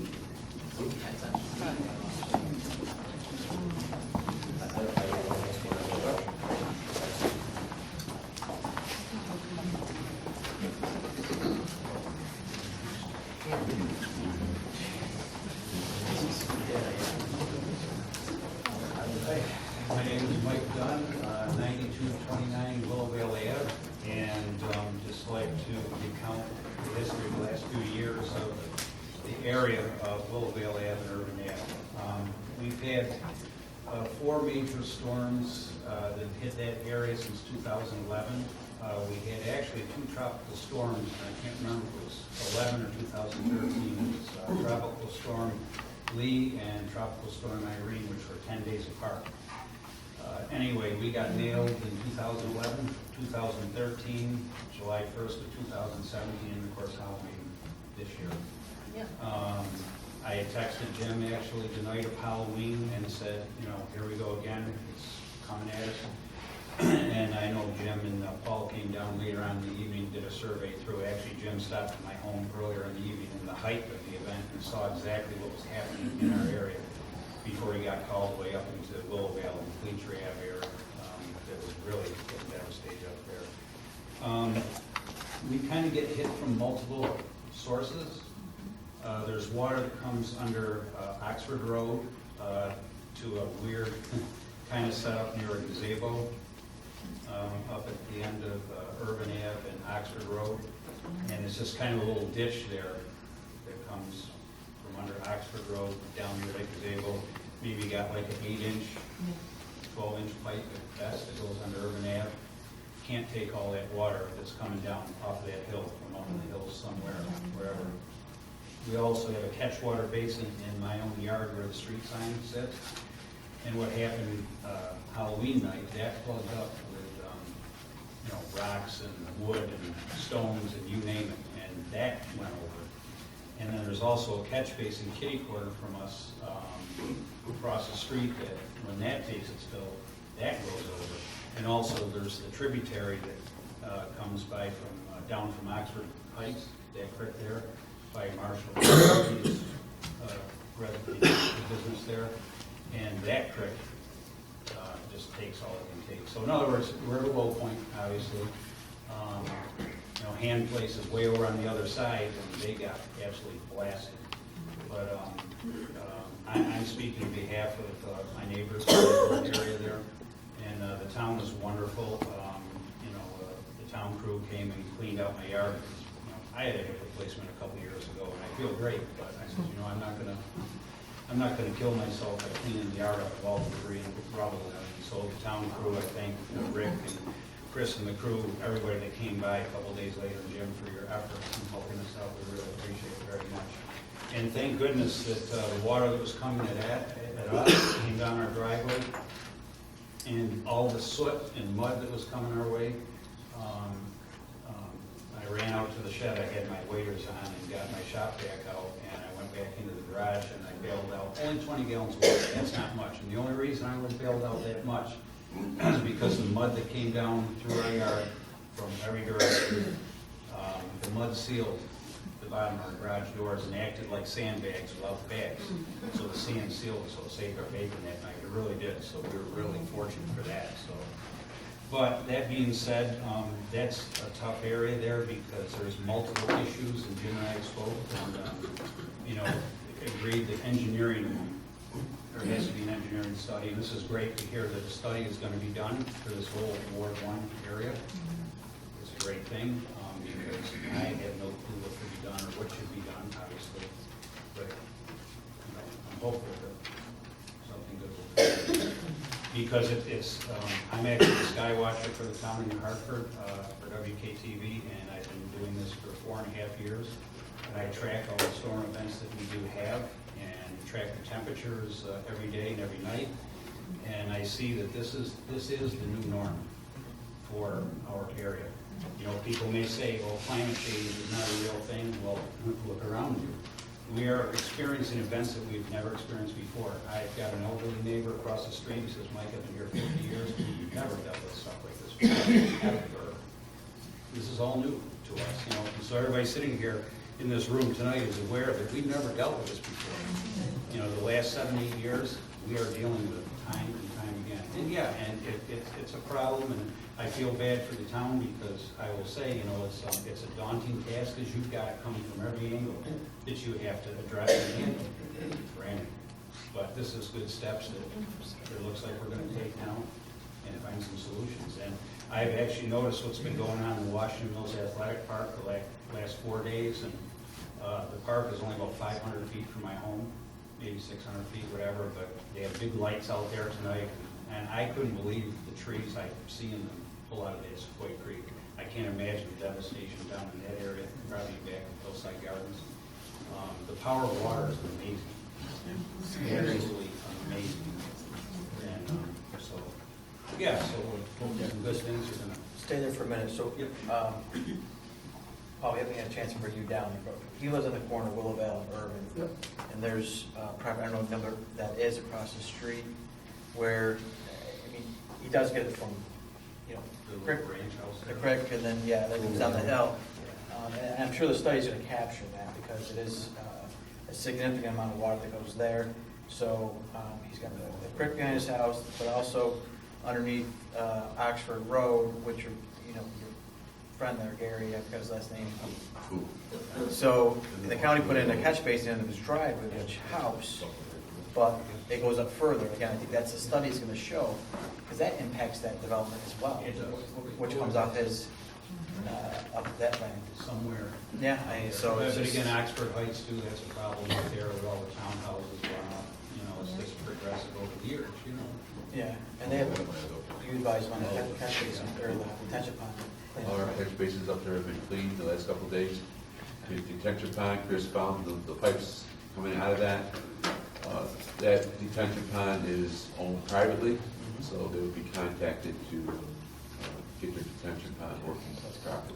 That's going to help.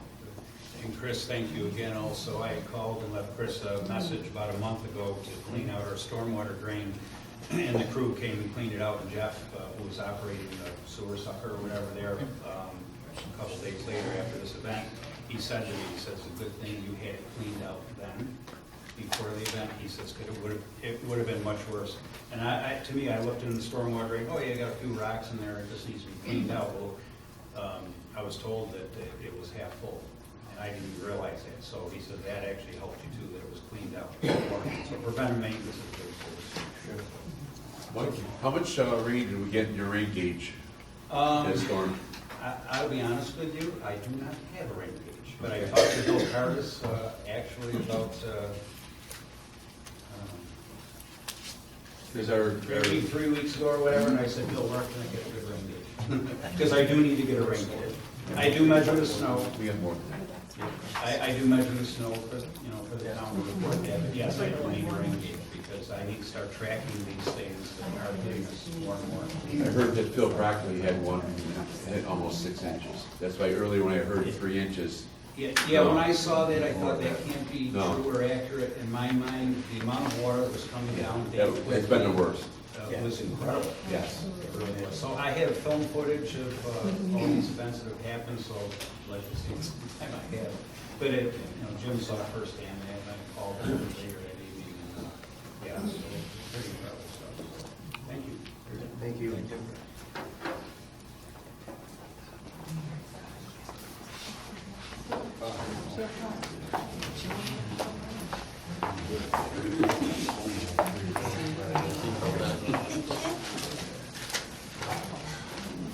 You know who I am? Judy Cusworth, 101 Woodhaven Lane. I have lived on or near the Sequoia Creek for as long as I have been alive, which makes me a little smarter on what's going on in Chadwick than anybody sitting at this table, because I'm older than you, I'm an environmentalist, and I've been paying attention.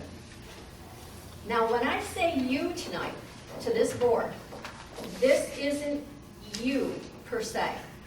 This is going to be for every board member who sat in a chair in this room for the last 25 years and ruined Chadwick's. You have developed and developed and developed. And don't sit here and tell me it didn't make a difference, because it did make a difference. You people are flooding. You're losing your homes. I've heard board members say, well, you know what? FEMA's coming in. That's going to help everybody. 50 and 60 and 70-year-old people don't give a damn about giving their house up to FEMA. They want to live a normal life, and they want their homes intact.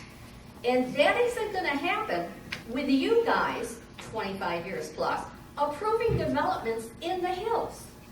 Shit flows downhill, and guess what? You just got your fair share of it, and you're not done getting it. So the second thing is, if you don't, my theory is, and I may be wrong, but not too often, Chadwick's homes are old. You know that. Your homes are, what, some 50, 60 years old. By over 100. Okay, so I've heard people on the board, different times, say, well, we understand FEMA comes in and we lose our tax money. Oh yeah? You think they care? What are they getting out of you for taxes? What are they getting out of the new houses that they've let develop? Those houses behind you in the hills are worth 10 times more than your homes. So why not develop? They can flood you away and wash you out. And they don't care about your tax money because it's behind you. That's another point you need to think about. Yeah, I'm mad. Now, the highway department, Rick's done a great job, but here's the problem. I don't believe you've got enough highway department to take care of this. You're digging out culverts, you're digging out retention ponds, and those are things that you have to do. I get that. But with all that work, how can you do anything else? Now, the GIA study, of course, you know, everybody don't know what that is, don't know where it is, look it up.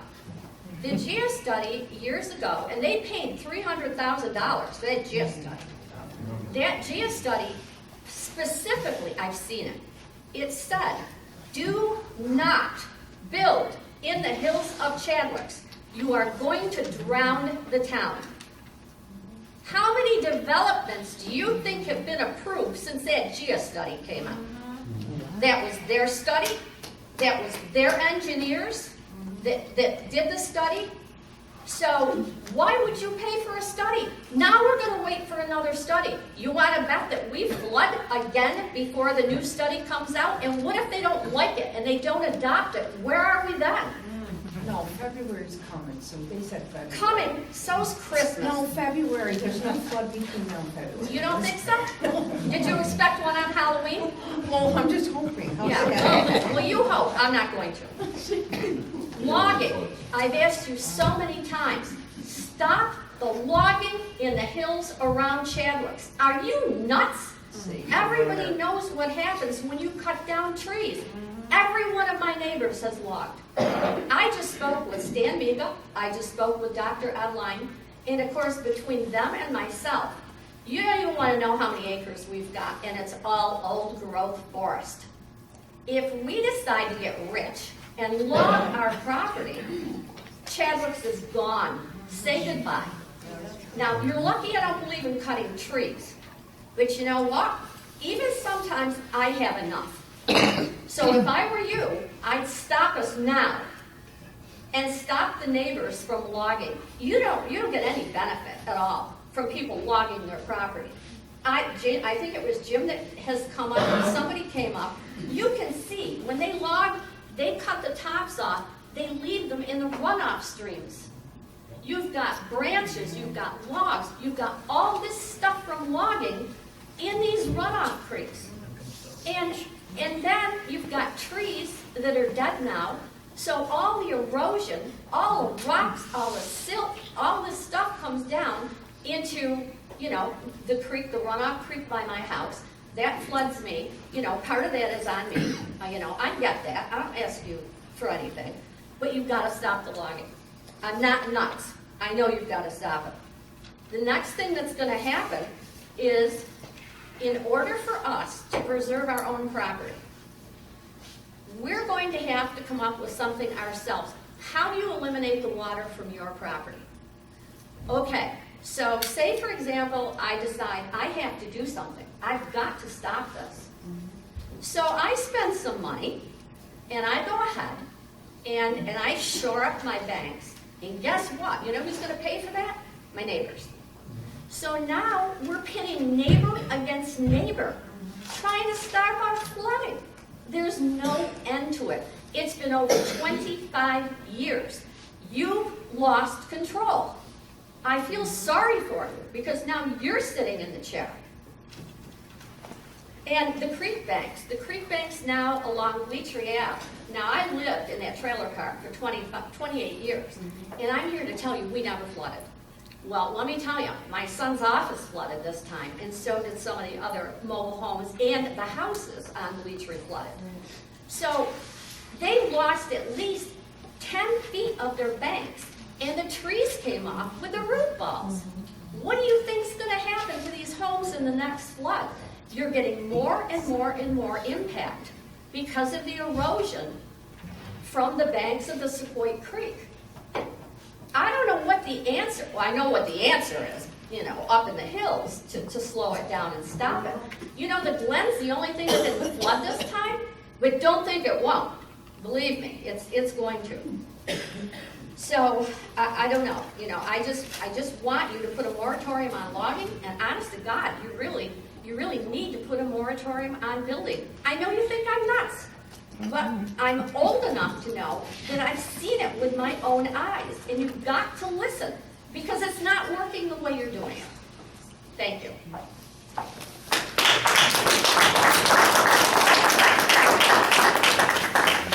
I'm sorry to catch up. I can't hear anymore.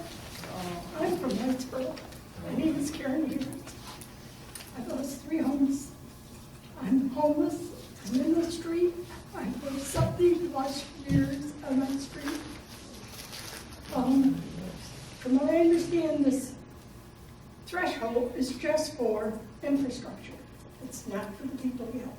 We have no idea if we're going to get anything. None. And even if we do get buyout, who has to pay for demolition? Do we as individuals? I had to walk into the Whitesboro Village office and ask for a coat and boots.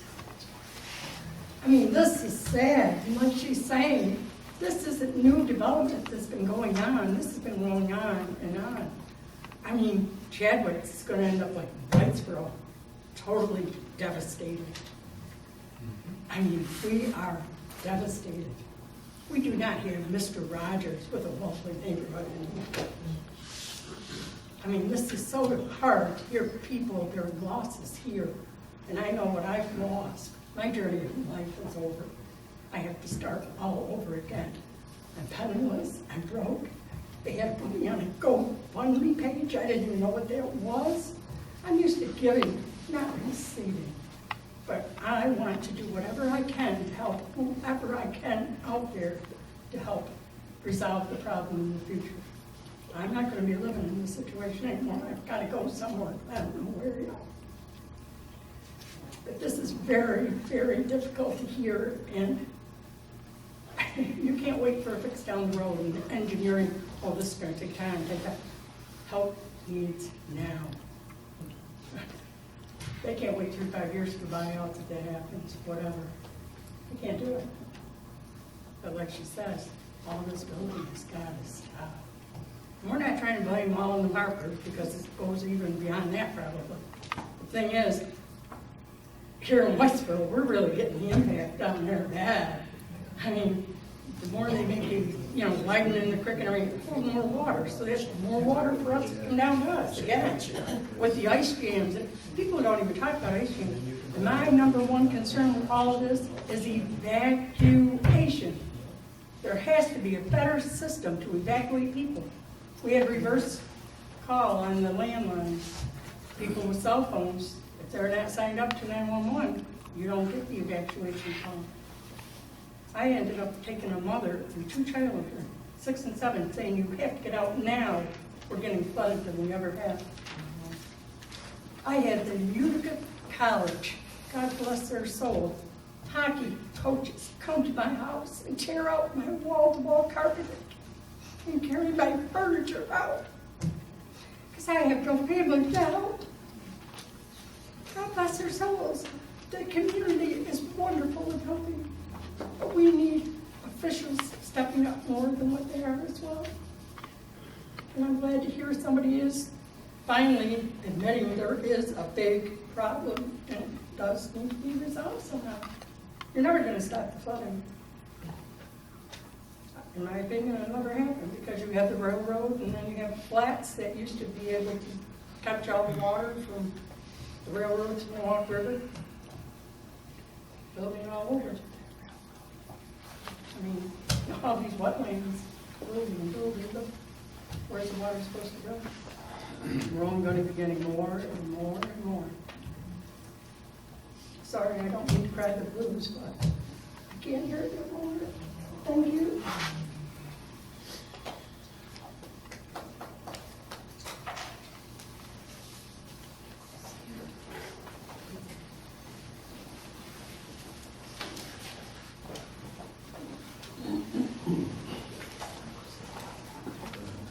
Hi, my name is Kim Hubbard. I'm on Royal Brooklyn in New York Mills. And I just want to talk about the remediation that was done on Mud Creek. We didn't flood this time as much as before. It was said tonight that the remediation, we want to know about the maintenance, and this will affect people that are in Chadwick's and farther down as well. We had an ice jam last year.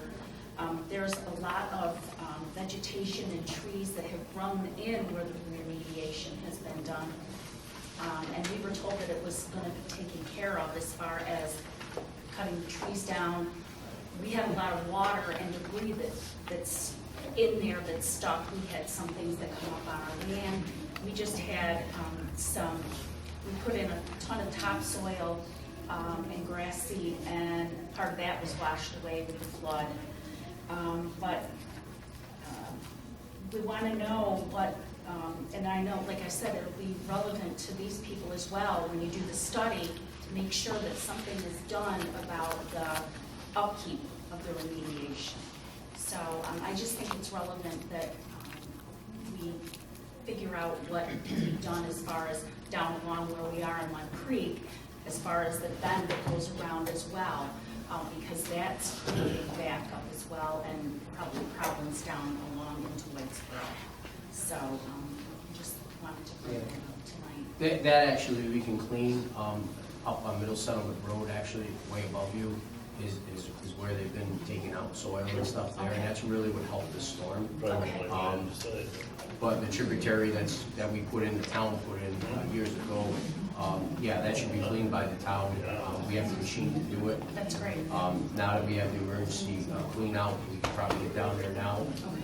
And then in the future, when we don't have the emergency, we just have to pull a permit from DEC. Right. So that was one of the reasons we bought the excavator, that we had to do those.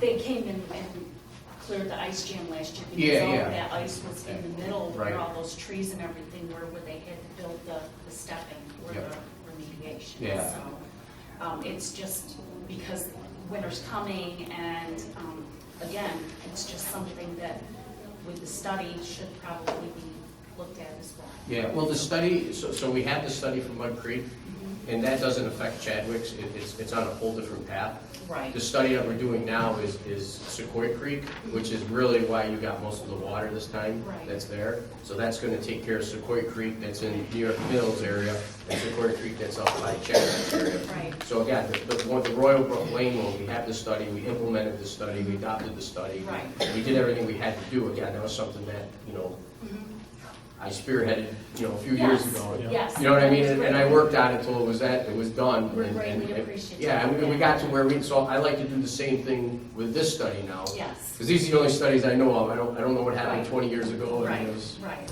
I was in kindergarten. So. But it's also something that should be looked at as well with what's gonna happen. Yeah, definitely. Oh, So definitely, they, definitely. you know. And Rick's just been spread really thin. But I'm sure, he's got Roanoke Lane on his schedule to go in there and take care of that, so I don't see that as an issue. Okay. So we do have the 30-day emergency to get in there. Great. And actually, I even had the state go down and take a look at the situation down there. DEC was over there Yeah, yeah, we had them there, and again, it's one of my main concerns of because again, I don't want to, we put so much time and energy into it, I don't want it to go backwards. Exactly. So I've been trying to maintain over there also, so that I think we're good, and like I said, Rick's just been spread thin, but I'm sure by winter time, he's gonna be down there and get that set, so. Okay, great. And several months ago, the board adopted a plan and hired some additional staff to work with Rick on a full-time basis to be devoted totally to stormwater maintenance,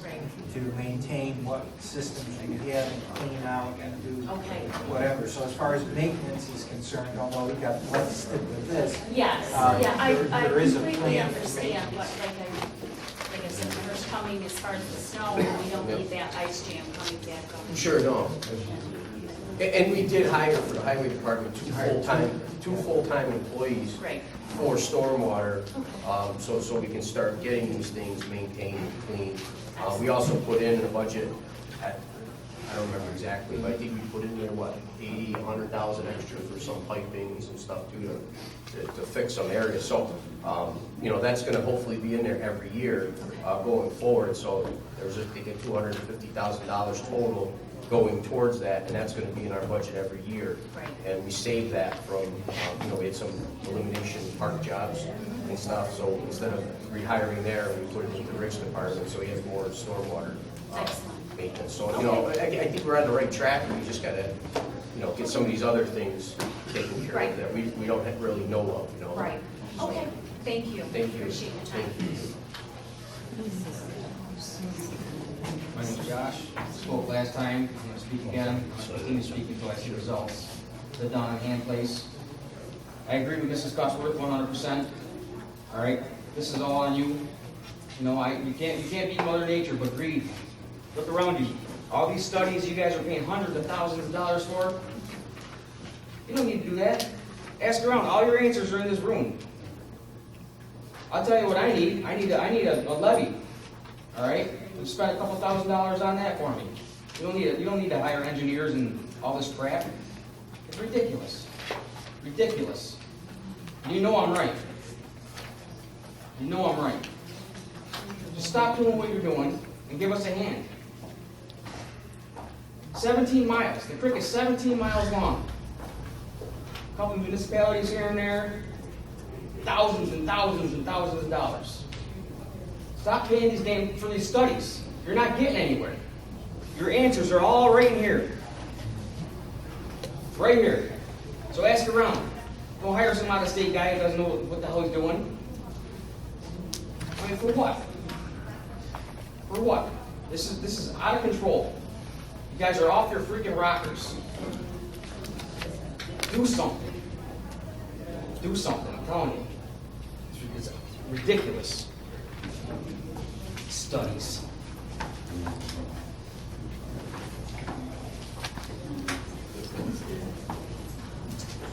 My name's Ray West. I live on United Street, base of Sessions Road.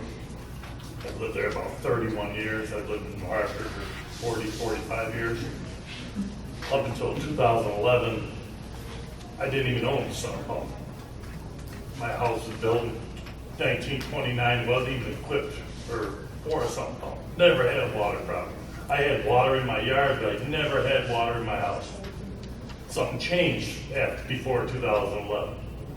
Now I watch it almost like clockwork. Every couple of years it comes down Roberts Road, and I can see it coming to my house, and there's nothing I can do to stop it.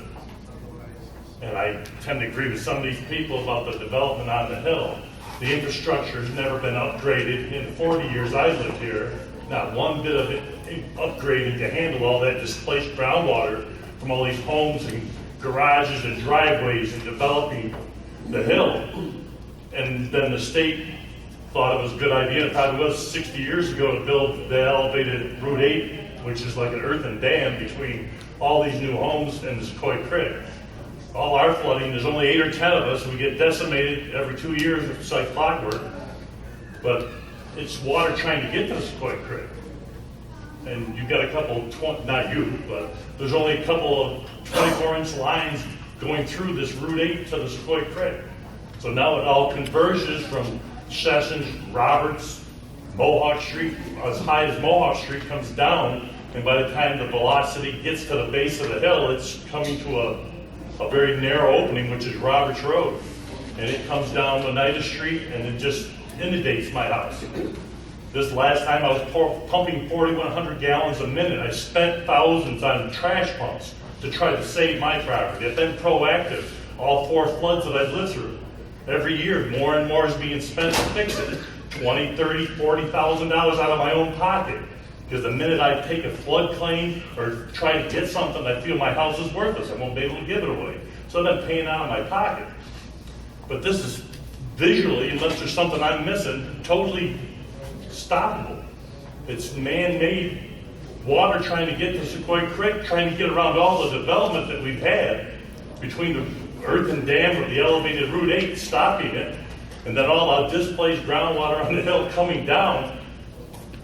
And this last flood, I'm not going to ramble on. I sat down at that, I drove down to that intersection where Route 8 goes, or Oneida Street goes under Route 8, and Roberts comes down. I'm in 2.5 feet of raging water, and 30 feet away, maybe probably 50, 75 feet away to Sequoia Creek. The road elevates enough, it won't go that direction, it comes this way. You just walk across there and you're on high water. If you walk 50 feet this way and it's raging water, it'll take you out your feet going down Oneida Street. And it goes in, destroys 8 or 10 houses, then finds its way right back into Sequoia Creek once it gets past it, because Oneida Street is there, or the Route 8 is there, and then Sequoia Creek comes back underneath it, and it gets back into the creek. But there's no way it can just be allowed to continue. I mean, we're helpless. I don't understand why they keep building and building and building. They don't improve the infrastructure for this displaced groundwater to get where it needs to be. And like I said, we're just standing there with our hands tied, waiting for the next flood. And I'm not alone. I mean, I know it's a small thing compared to Whitesboro or Chadwick's. There's 8 or 10 houses there that get decimated. Like you said, 11, 13, 17, 19. I'm a contractor, a lot of sweat equity put into it, and it's still 30, 40 grand out of my pocket. And I don't understand why, other than clean culverts. I'll tell you, the water's hauling ass down the hill now. The culverts are all clean, but nothing's being improved to get that increased water to the creek. There's no way for it to get there. You talk to the town, this is the county, the state, and everybody's just passing the ball. And I've lived there, like I said, 31 years. I've seen zero improvement for water getting to the creek on that whole hill. There's nothing increased to get to the creek. There's plenty of new homes on that hill, but not one extra piece of pipe can put on the Route 8 or into the Sequoia Creek from that hill. There's plenty of culverts being sent downhill. Nobody wants a wet, soggy yard. So everybody's running their drainage tile out to the culvert, and the water's coming downhill for sure. I'll testify to it. We got to do something to get it out of people's homes. We're the poor guys at the bottom of the hill. And we're just like in a pond. I don't live in a floodplain.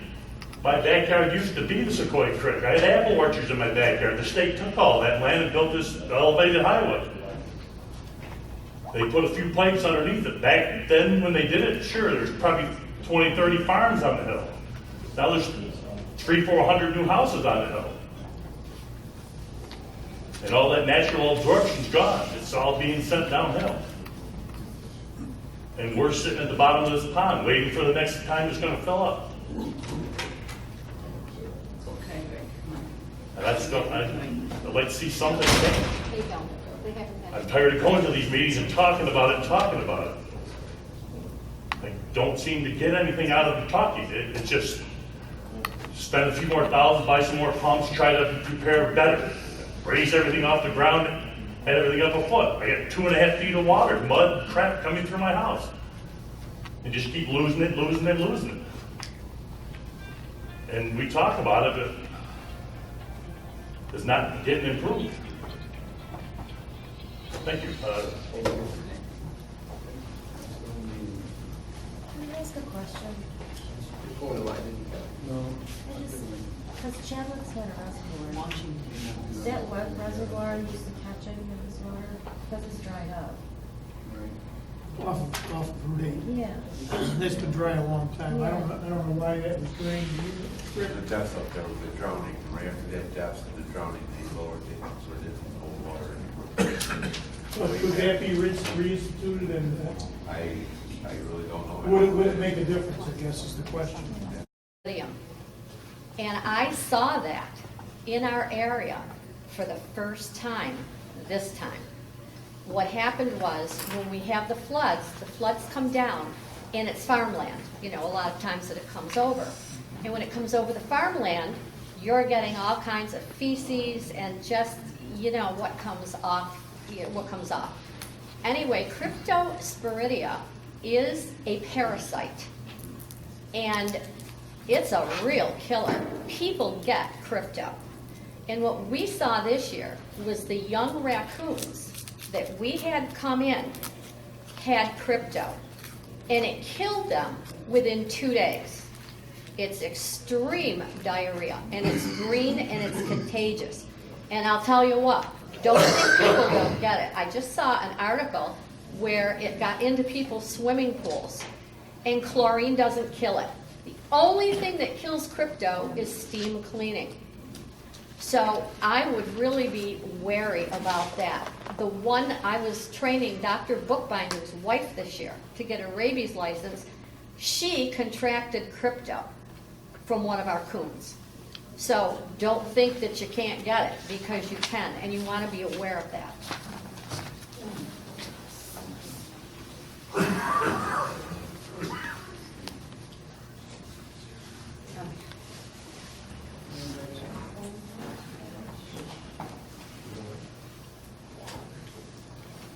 Just a question. Sure. In light of everything tonight, could we impose a moratorium of building in the first ward? Again, I know we're doing a study, some people may oppose it, but I think good comes out of the studies. Well, I think you should start with a lodging first. Well, that's recycled. Do that. Well, that's point number two.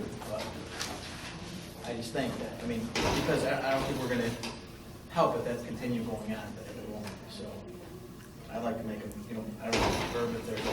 I'd rather research it, because if you implement a moratorium, you're subject to being sued for a taking of land without due process. You may want to schedule a public hearing before we do that, but I'll be happy to, for the next meeting, take the steps together as it relates to implementing a moratorium. The other thing with the moratorium, you have to have a definite time period, and you have to have definite action within that time period. So, it's not something where you just, okay, now we got a moratorium, nobody can build. Right, that's why I tied into the study. Yeah. And that encompasses. I think that's good, but I'd like to at least make sure I dot every I and cross every T. Would you look at logging also? Someone logging their own property, what are our obligations or restrictions? Yeah. I think she certainly makes a valid point. Once you log an area, you've robbed it of its potential retention and drainage, but it's also private property. What rights do we have? I do believe that some of the other towns do have some control. I'm sure it's been over addressed. logging. I just don't know what it is. Yeah, right. The logging, I think, is definitely needed, and I also think the logging is something that, but again, the same concern I would have is Herb is, now property that's for sale. Right. What does it do to the property value of that? Right. People selling their land now. Right. Are they gonna come after the town now, and we're gonna have another, issue with that? Well, There's one thing that actually, I went to California, and I found out one thing was that they did. They actually had groups of people, local community people that love the land, want to not see it developed and stuff like that. And they came up with a private entity. They all pitched in and bought up all the land in areas where they didn't want to see development. and it was a private thing, so nobody could go after them. They owned the land, and they actually did natural reserves, and it was gorgeous. It was by the water, and they protected the old land around them. But the municipality, I know, couldn't do that. You know, they couldn't take it from somebody. But the people themselves actually did it and made it beautiful. Like, they had chestnut areas where, chestnut trees were growing and stuff. But the actual private people bought all this land in this area, and then they controlled it. And then they didn't have to worry about a municipality or somebody making a decision on a planning board. They owned it, they controlled it, they did what they wanted with it. That actually is a nice thing, and I think that, that's something too that... That's a nice idea. There's and not a that's lot of beautiful, property left. But look at this crowd, and I'm not trying to put anybody down, but every penny I have, I know, goes into supporting my family. Right. And I would love to be able to give money and help support other ideas to keep that land or to help others in my same community. I really would. But you're struggling to take care of your own. So that kind of idea, it's just not feasible for the area that we're talking about right now. Right. But they also got money from private corporations. I'm just saying, there might be a way to do it. It might not have to come out of your pocket, but it's a group of people that are private, not a municipality.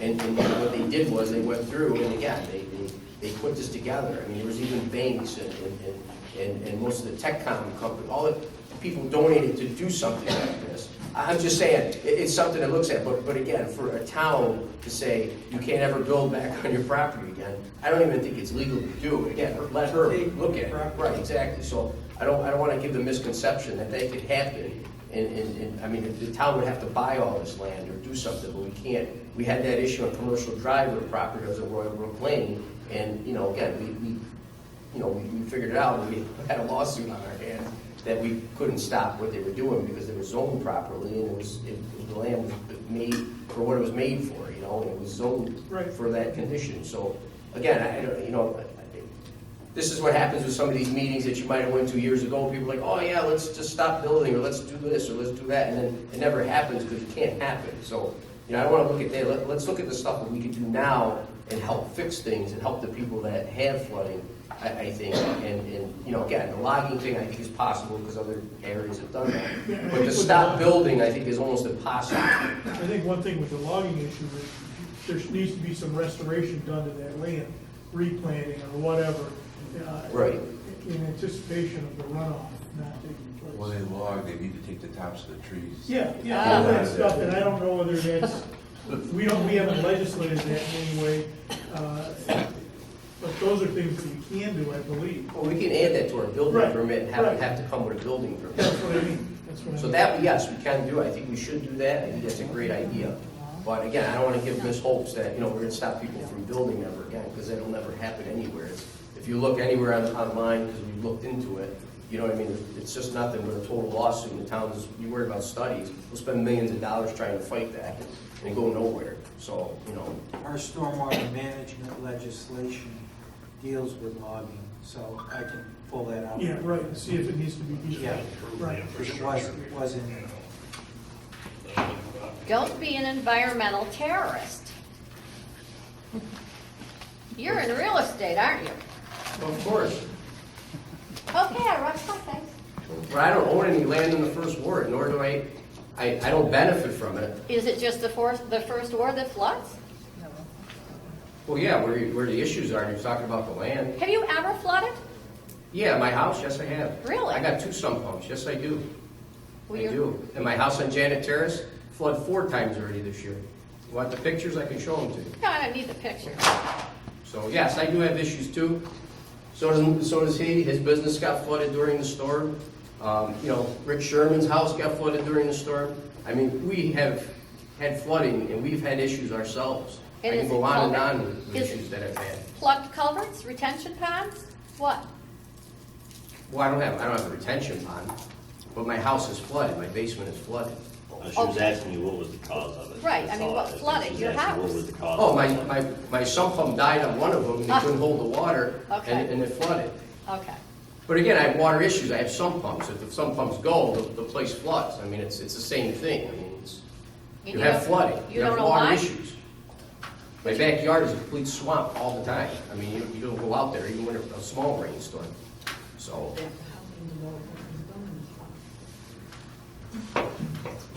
But again, I'd like to take care of issues that we can take care of, at least, you know, again, I don't wanna say we're gonna stop everything from happening, building and everything, and then it doesn't happen. So, again, I mean. Can I throw something out Sure. here? I'm a land use planner, so Yep. I'm listening. I mean, one thing is you might want to have an overlay district in your floodplain to have extra regulation, because developing your floodplain is more the cause than, I mean, there's development in the floodplain and in the floodway. So that's what's flooding some of the time. So have an extra level of review where you can put extra stringent regulations or prohibit development in there. I mean, make it a reason why you can't develop there. And there's a just cause, then you're not gonna get sued, or the lawsuit might be won, and that's where your town attorney, comes in. But look at it that way, prohibiting that development in your floodplain. But if, so again, just Or make me regulate. understand, the houses I think people are saying aren't in the floodplain. Oh, there are some of them that are in the floodplain that, I'm sorry, you didn't flood at some point, but guess what? That property was always in a floodplain. You just got lucky it didn't flood 40 years ago. No, my son's mobile home park was not in a floodplain. It's in one now. But it is now. And it's in a floodway. You better believe it. So do you redevelop that and replace something in a floodplain? Do you flood-proof it? I mean, you have to look at those things a little more critically. Like, do you want to replace what isn't working? Right, no, I And- agree and with you you're- there. There's a Exactly. problem that you need to protect your residents because you don't want them to get harmed, so. Right. Maybe you don't have that property as a commercial property anymore and have that intense development. So maybe that's where you regulate. Yeah, no, I rather than agree. prohibiting, I guess that's what I said, rather than prohibiting development, regulate it where it should be. Correct, no, and I agree with you 100%. I just think, because people were stressing the people on top of the hill, if the people on top of the hill aren't in a floodplain, Yeah. and they're saying that that's But developing those the people water. get flooded too. No, they don't. I live on the top of the, well, I live on top. but some of the people are getting flooded from water, I mean, they're, You're putting roofs, you put roofs, you put roads. I mean, yeah, the roads, I mean, You're there's water. putting parking lots. It There's all a comes lot of downhill. reasons. The people at the bottom are getting the worst, but there are people up there getting That shit water. runs downhill. I Yeah. just said that. But there is, I mean, it's not just people in the flatlands that are People are getting getting flooded flooded. up on the top, they're getting inches, we're getting feet. Yes, and I'm not trying to, The Grange Hill project was great, but you need more of them. You need to get the water down the hill. Right, and the only reason we got that project was we engineered it, we went out to get grant money, we secured the grant money, and we completed the project. So again, when people say, well, the studies don't work, we can't just go out, there's no money to be had if we don't have a plan. No one's gonna give us money. So again, we're trying to follow the process to get the end result of fixing it. And the only way to do that, again, is to get this survey done, try to go out for grant money, and then again, secure, get the construction going and get the project completed, and that's our task. So that's where we're at. Again, if anyone has any other way of doing it, please tell me, because that's the only way that I know how to get it done. And I don't know if anybody else has any other ideas, but again, that's what I've been following, because so far in other areas that we've done it, it's working. Like again, Grange Hill, we've done that and it's working. Yeah, but We're playing- you had engineers come through my backyard. Right. And I said, well, this is what's happening. He said, well, I'm not too concerned about that. I had 6 inches of water running across the park. He's not concerned about it. Didn't the top of the Grange Hill project fail? I mean, not that I've heard of, I don't know about. Where did that water end up from Grange Hill? At my house. In the creek. It's the same water it did before. So upper pond, worked and worked. If it's getting the same water it got before, then it didn't work. They held water back. They got 6 inches of it. They closed Grange Hill. Huh? They closed Grange Hill because of the water coming off that hill, and the hotel flooded again. Because it went over its bank with 6 inches of water. We had 3-inch storm. Right. Everything worked perfectly. Right, well, you got a plan for 10. You couldn't put that size pipe in the infrastructure in the ground. So when we do this structural plan or this plan, can we include them to re-review the reservoir in Chadwick's? Well, again, that's gonna be, all that's included. Again, it's Ward 1, so if you live in Ward 1, it's gonna include everything in Ward 1. If you live in Ward 2, it's gonna include everything in Ward 2, except for Mud Creek, which has already been But done. if they're not using it already, I just want to make sure somebody says, re-look at using this space. Because that's between Route 8 and Oneida Street. Yes. Yep. Last meeting, somebody brought up too about with the, up in the park, Chadwick's Park, that's been all dammed off and everything up there. Now, I don't know, it might end up being in the town of Paris, something there. So, is that gonna be looked at? Part of that dam is in town of Paris. Yeah. Yes, it is going to be looked at. Okay. I believe they were up there today. That was part of a state study done in Yeah. 2014 that DOT did an emergency study, and that was one of the dams they recommended looking further at between Elm Street and Town of Paris over there.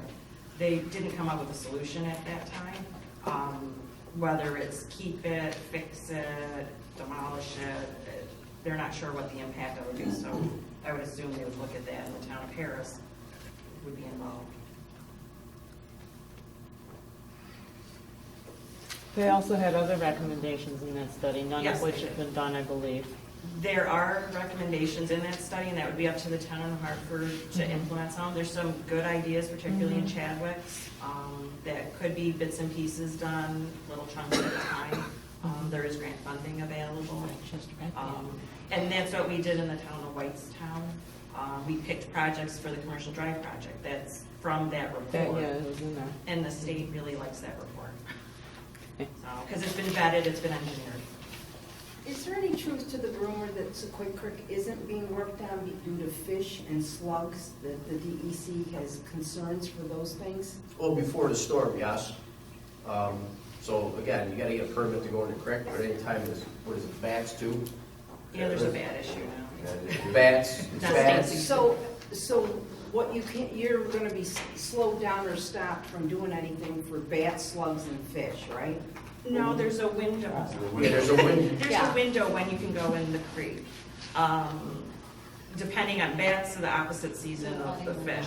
But you can contact, the town can contact, and I can assist them with it, but talking to the DEC and getting the permit, they are reasonable about it if you have a plan. They just don't want you to go in there and willy-nilly do a project. You need an engineering plan to go in there. So without the plan, you can't do anything. But they are responsive, and if there is an emergency, they will let you in there. I know I've worked with other municipalities in the basin, and they've had no problems with DEC. There's just so many down trees and overgrowth and no cleanup that has been done in these It's been a storms. while. So to worry about fish and slugs and bats, It's an old room, I mean, and not that it's an old rumor, I think DEC's not changed their mind, but I think they're more responsive to the needs of the communities with that. They're not prohibiting you, but there is regulations, and if you work with them and you are reasonable, you can get in there and do a project. Sequoia Creek is a designated trout stream. Yes, it They is. don't want anybody in there. No, And there you weren't- can get in there. There That's weren't not very true. many I think happy this flood took fish. care of most of the trouble. Yeah, the fish are somewhere. No, I don't think that's true. I don't think that's true. You can get in there. We've done projects in Paris and Whitestown. I'm sorry, you can get in there. That's an old rumor. Well, I don't know, a rumor came from the town of New Hartford because That you they can't have go in there said before anymore? that you can't, that DEC, that they just don't bend. Well, I have. When there's not a storm or emergency, they've been. Right. Well, if they've you been talk right to me, now. Rick, I can help you. Just like the Rahill, or the Shenango Bridge, the Yeah. damage, it got damaged in May. Right. I didn't get it open till the last week of September, due to the fact that it took me so long to get the permits needed to do the repair, to get into the creek from DEC. And I had to be out of that creek by October 1st. That was my deadline. Once I told the contractors that, they actually got busier, worked weekends, and got out of there a week sooner. But I did have a deadline that I had to be out of the creek by. There's gotta be damage that's being done to the fish. Why aren't they concerned about that? Probably right. I think Anybody else on the board have any questions?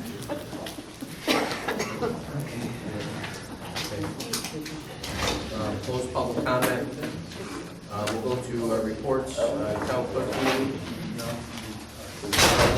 To shared library services contract.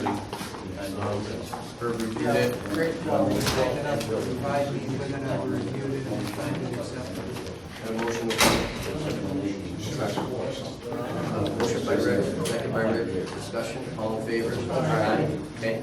7-year appointment, Heather Muller, to be reappointed to the planning board. Motion by Rich, second by Jim. Discussion. All in favor? Aye. Did you do the introduction of the Public Safety Court Committee. Hire part-time clerk. Bart.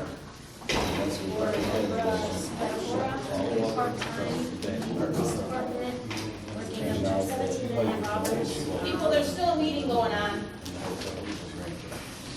Effective Monday, December 9th.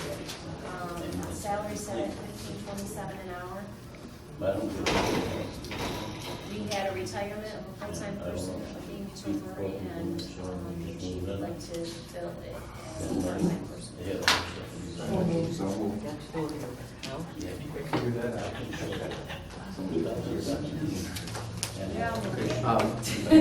Motion by Jim, second by Rich. Discussion. All in favor? Aye. 2020 animal control agreement with Kirkland. It's been approved. We have a motion to approve it. Maria. Motion by Rich, second by Jim. Discussion. All in favor? Aye. Okay. Report on ATM proposal submitted. Herb? Yeah, that would come under, the town law allows franchises to be implemented in town property subject to a public hearing. So if you wanted to go forward and consider the locating of an ATM in the town office building, we would have to schedule a public hearing to consider that. Schedule a public hearing. Motion by Dave, second by Rich. Discussion. All in favor? Aye. Okay. Financial reports, routine reports. My monthly Sound Supervisor financial report for October will be online. October is out there. It's online. Miscellaneous communications, unfinished business, new business. Mitigation fees for the meadows. They actually have taken buildings down, and part of the plan was to put impervious area in. So they actually have a negative impervious area for the buildings that they're doing. And they're leaving one lot completely vacant in the floodplain. It was a request that they do that. So lot 3 that was in the floodplain, they took the buildings down, they're leaving that completely vacant. Lot 1 that they had, they're building a new building inside the floodplain. And the total mitigation fees that they're paying is $1,987.66. If I can have a motion to approve that, I'll get a check from them. Okay, motion by Rich, second by Dave. Discussion. All in favor? Aye. Excuse me a second. Gary? Outside, maybe? Yeah, we can't hear. Like, so the discussions? Use their conference service. It's Heather and it's been approved. Okay, everybody got the email we sent out from Barbara Smith, that lives at 9320 Chapman Road, second house up from the car wash. If not, if you check for email in regards to the water problem that we had. Yeah, you grabbed it? Okay, good. Is Jim D'Onofrio still here because it references him? I believe he's out the hall. Yeah, he just left. Okay, we need to have an executive session and then come back in regards to a employee, or before you just go out, we have an executive session in regards to labor contracts. Okay, so I have a motion to go executive session. Motion by Jim, second by Rich. Discussion. All in favor? Aye. Thank you.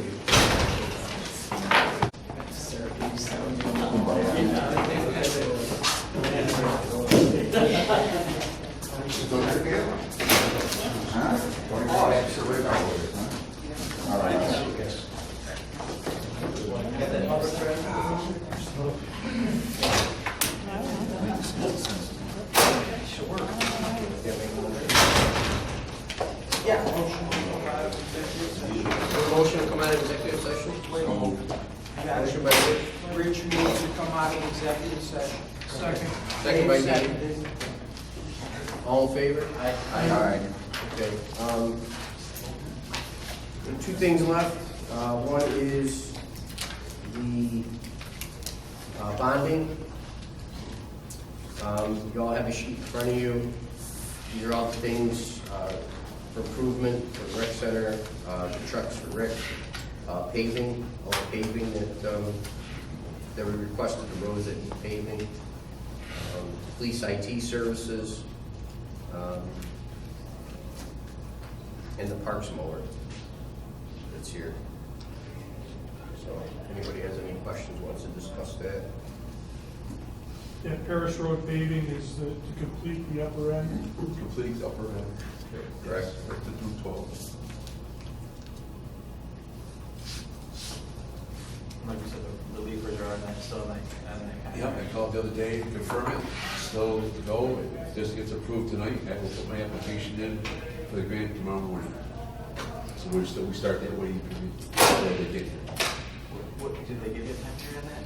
Well, the ones that we already got in, they're saying one more state cycle.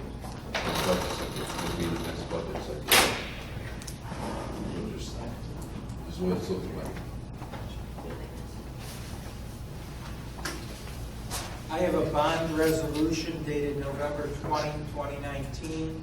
It's authorizing the issuance of $3,291,762,000 in bonds of the town of New Hartford for various purposes as set forth on the schedule that's been provided. I will put in the useful life, which I have to put. These items are initially to be financed on a bond anticipation note, as we did with the last. And it's further determined that the bonds will reflect the useful life as set forth in 11.00 of the local finance law, which sets the useful life. It also specifically references the fact that, subject to the provisions of the local finance law, the power to authorize the issuance of and to sell bond anticipation notes in anticipation of the issuance and sale of serial bonds is hereby authorized, including renewals of such notes, is hereby delegated to the supervisor, the chief fiscal officer. Such notes shall be for such terms, form, and contents, and sold in such manner as may be prescribed by said supervisor, consistent with the provisions of the local finance law. So motion to approve. So moved. Motion by Rich. Second by Rich. Discussion. All in favor? Aye. All right, here's the resolution Gail is going to have to post. This is subject to a permissive referendum, as all bonding is. So the resolution is subject to permissive referendum, and we will do the necessary posting. Okay. Last thing is the secret comments received from Woods Trail Apartments. Town board members to introduce a local law for residential planning development district overlay prepared by the town attorney. Schedule a public hearing for December 18, 2019. Do I have a motion to go to public hearing?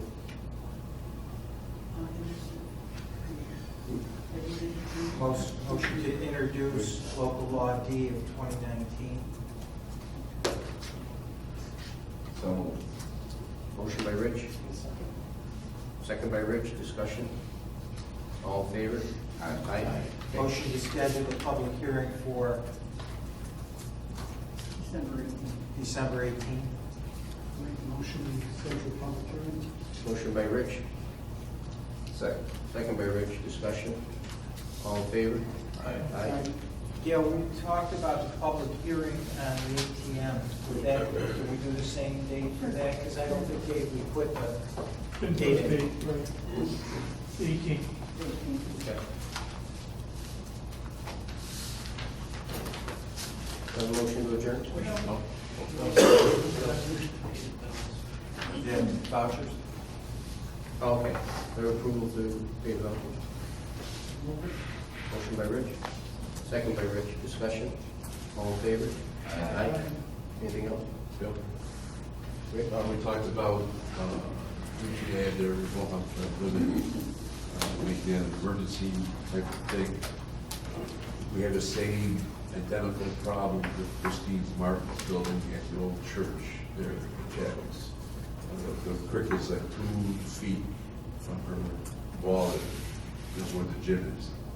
I think if we do one, we should include that one as well. Do you deem that as an emergency? Yes. Is that another good major event? That gym is going in the creek. I'll make the motion. Do we have to get an easement though? Yeah, is it, We'll do. what are you gonna do? You're gonna shore up the? Well, we'll see what we can do with it. See if we can get a grant to help. We're going to help the wall at Mohawk Limited. It's the same type of a problem there. And the county has declared a state of emergency Yes. as a result as Yes. well, correct? Yes. Just a question. Yep. The Mohawk Limited one, isn't that our park, or is that Mohawk Limited? It's their property's right to that wall.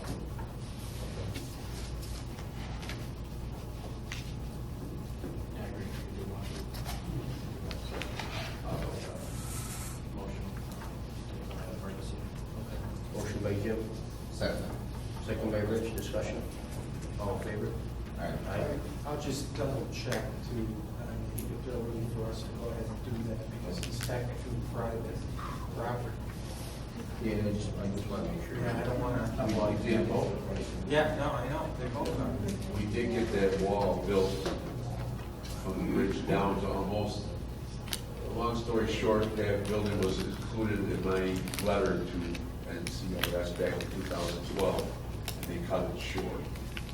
My recommendation was to go to past that building. Who did your work there, the town did your work? We were a sponsor, and NCRS did everything. They did the bidding, they hired the contractor, they did everything.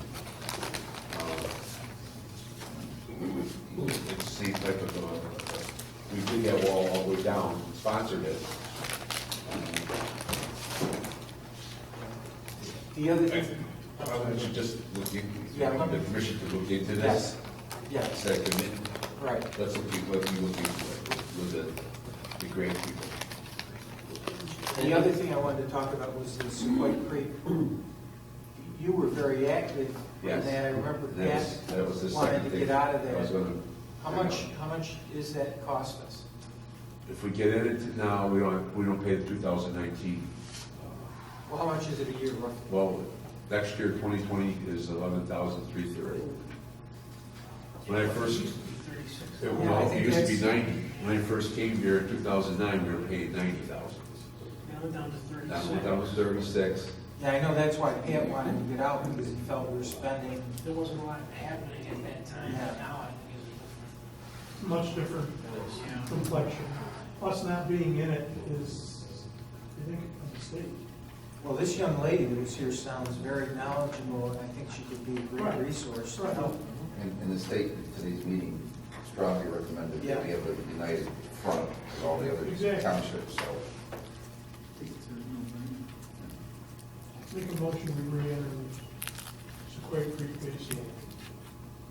Well, first, what fund do you want to take it? I'll find it on my highway budget. Someplace. Yeah, can we do that though? Because it's whole, is it going to be Sequoia Creek, it'll be Old Town, correct? I would think it would have to. Yeah, it'll be Old Town. So we just, you have the budget with it, do we just figure it out before we do this and then we wind up?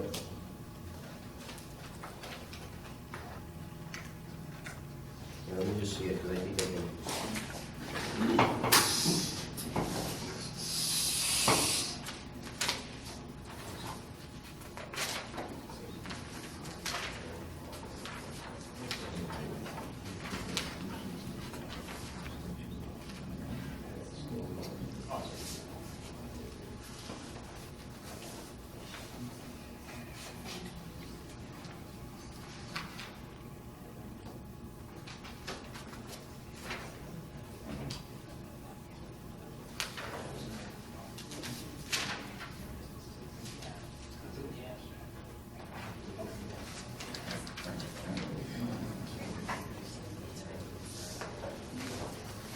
All right, let's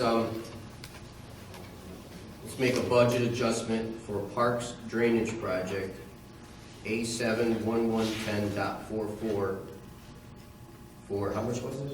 $11,330. $11,330. That's a whole town fund, and you want to make a new line item in the budget, or how do you want to? Yeah. All right, so we'll put a new line item in the budget. You want to just put it under Parks? Because it's a whole town fund. I'll find an account, I mean, All right, well, I'll make one up right now. It's A71110.45, and we'll make that Sequoia. I'm gonna tell you all what it is, so you got it down. It was at one time. Well, we'll put it in here, because it's whole town to whole town, we get it done, and it's over with, right? Okay, so let's take from Parks Whole Town Drainage Project, A71110.44 of $11,330, and then let's put it in A7110.45, would be under Sequoia Creek Basin membership under Parks, for $11,330. If I can have a motion to approve that. Motion by Rich, second by Dave, discussion. All in favor? Aye. Okay, so there's the money part of it. All right, so I have a motion to join for 2020 Square Creek Basin Commission. Motion by Jim. Second by Rich, discussion. All in favor? Aye. Okay, great. maybe they let us join now for free. No, for the rest of this year. We're paying for next year. I'm sorry. Thank you. Thank you. I'll be quiet. I'll be quiet. Listen, I was thinking the same thing. Don't ask. Good? We're good, thank you. Okay, thank you. The way things are right now. Yeah. No, I agree. I just want to make sure we have the right funding and right account. At least we know where it's coming from. If you're free the meeting night, you come with me. I will. Thank you. If you're free, come out with the drainage project. You can think shit he's having. All right, guys, well, thank you. We're getting a lot done, so hopefully we'll keep moving along. Anybody else that, questions, concerns, reports? Anybody? Dan? All right, guys, have a motion to adjourn. Motion by Rich, second by Jim. Discussion, all in favor? Aye. All right, good night, everybody. Thank you.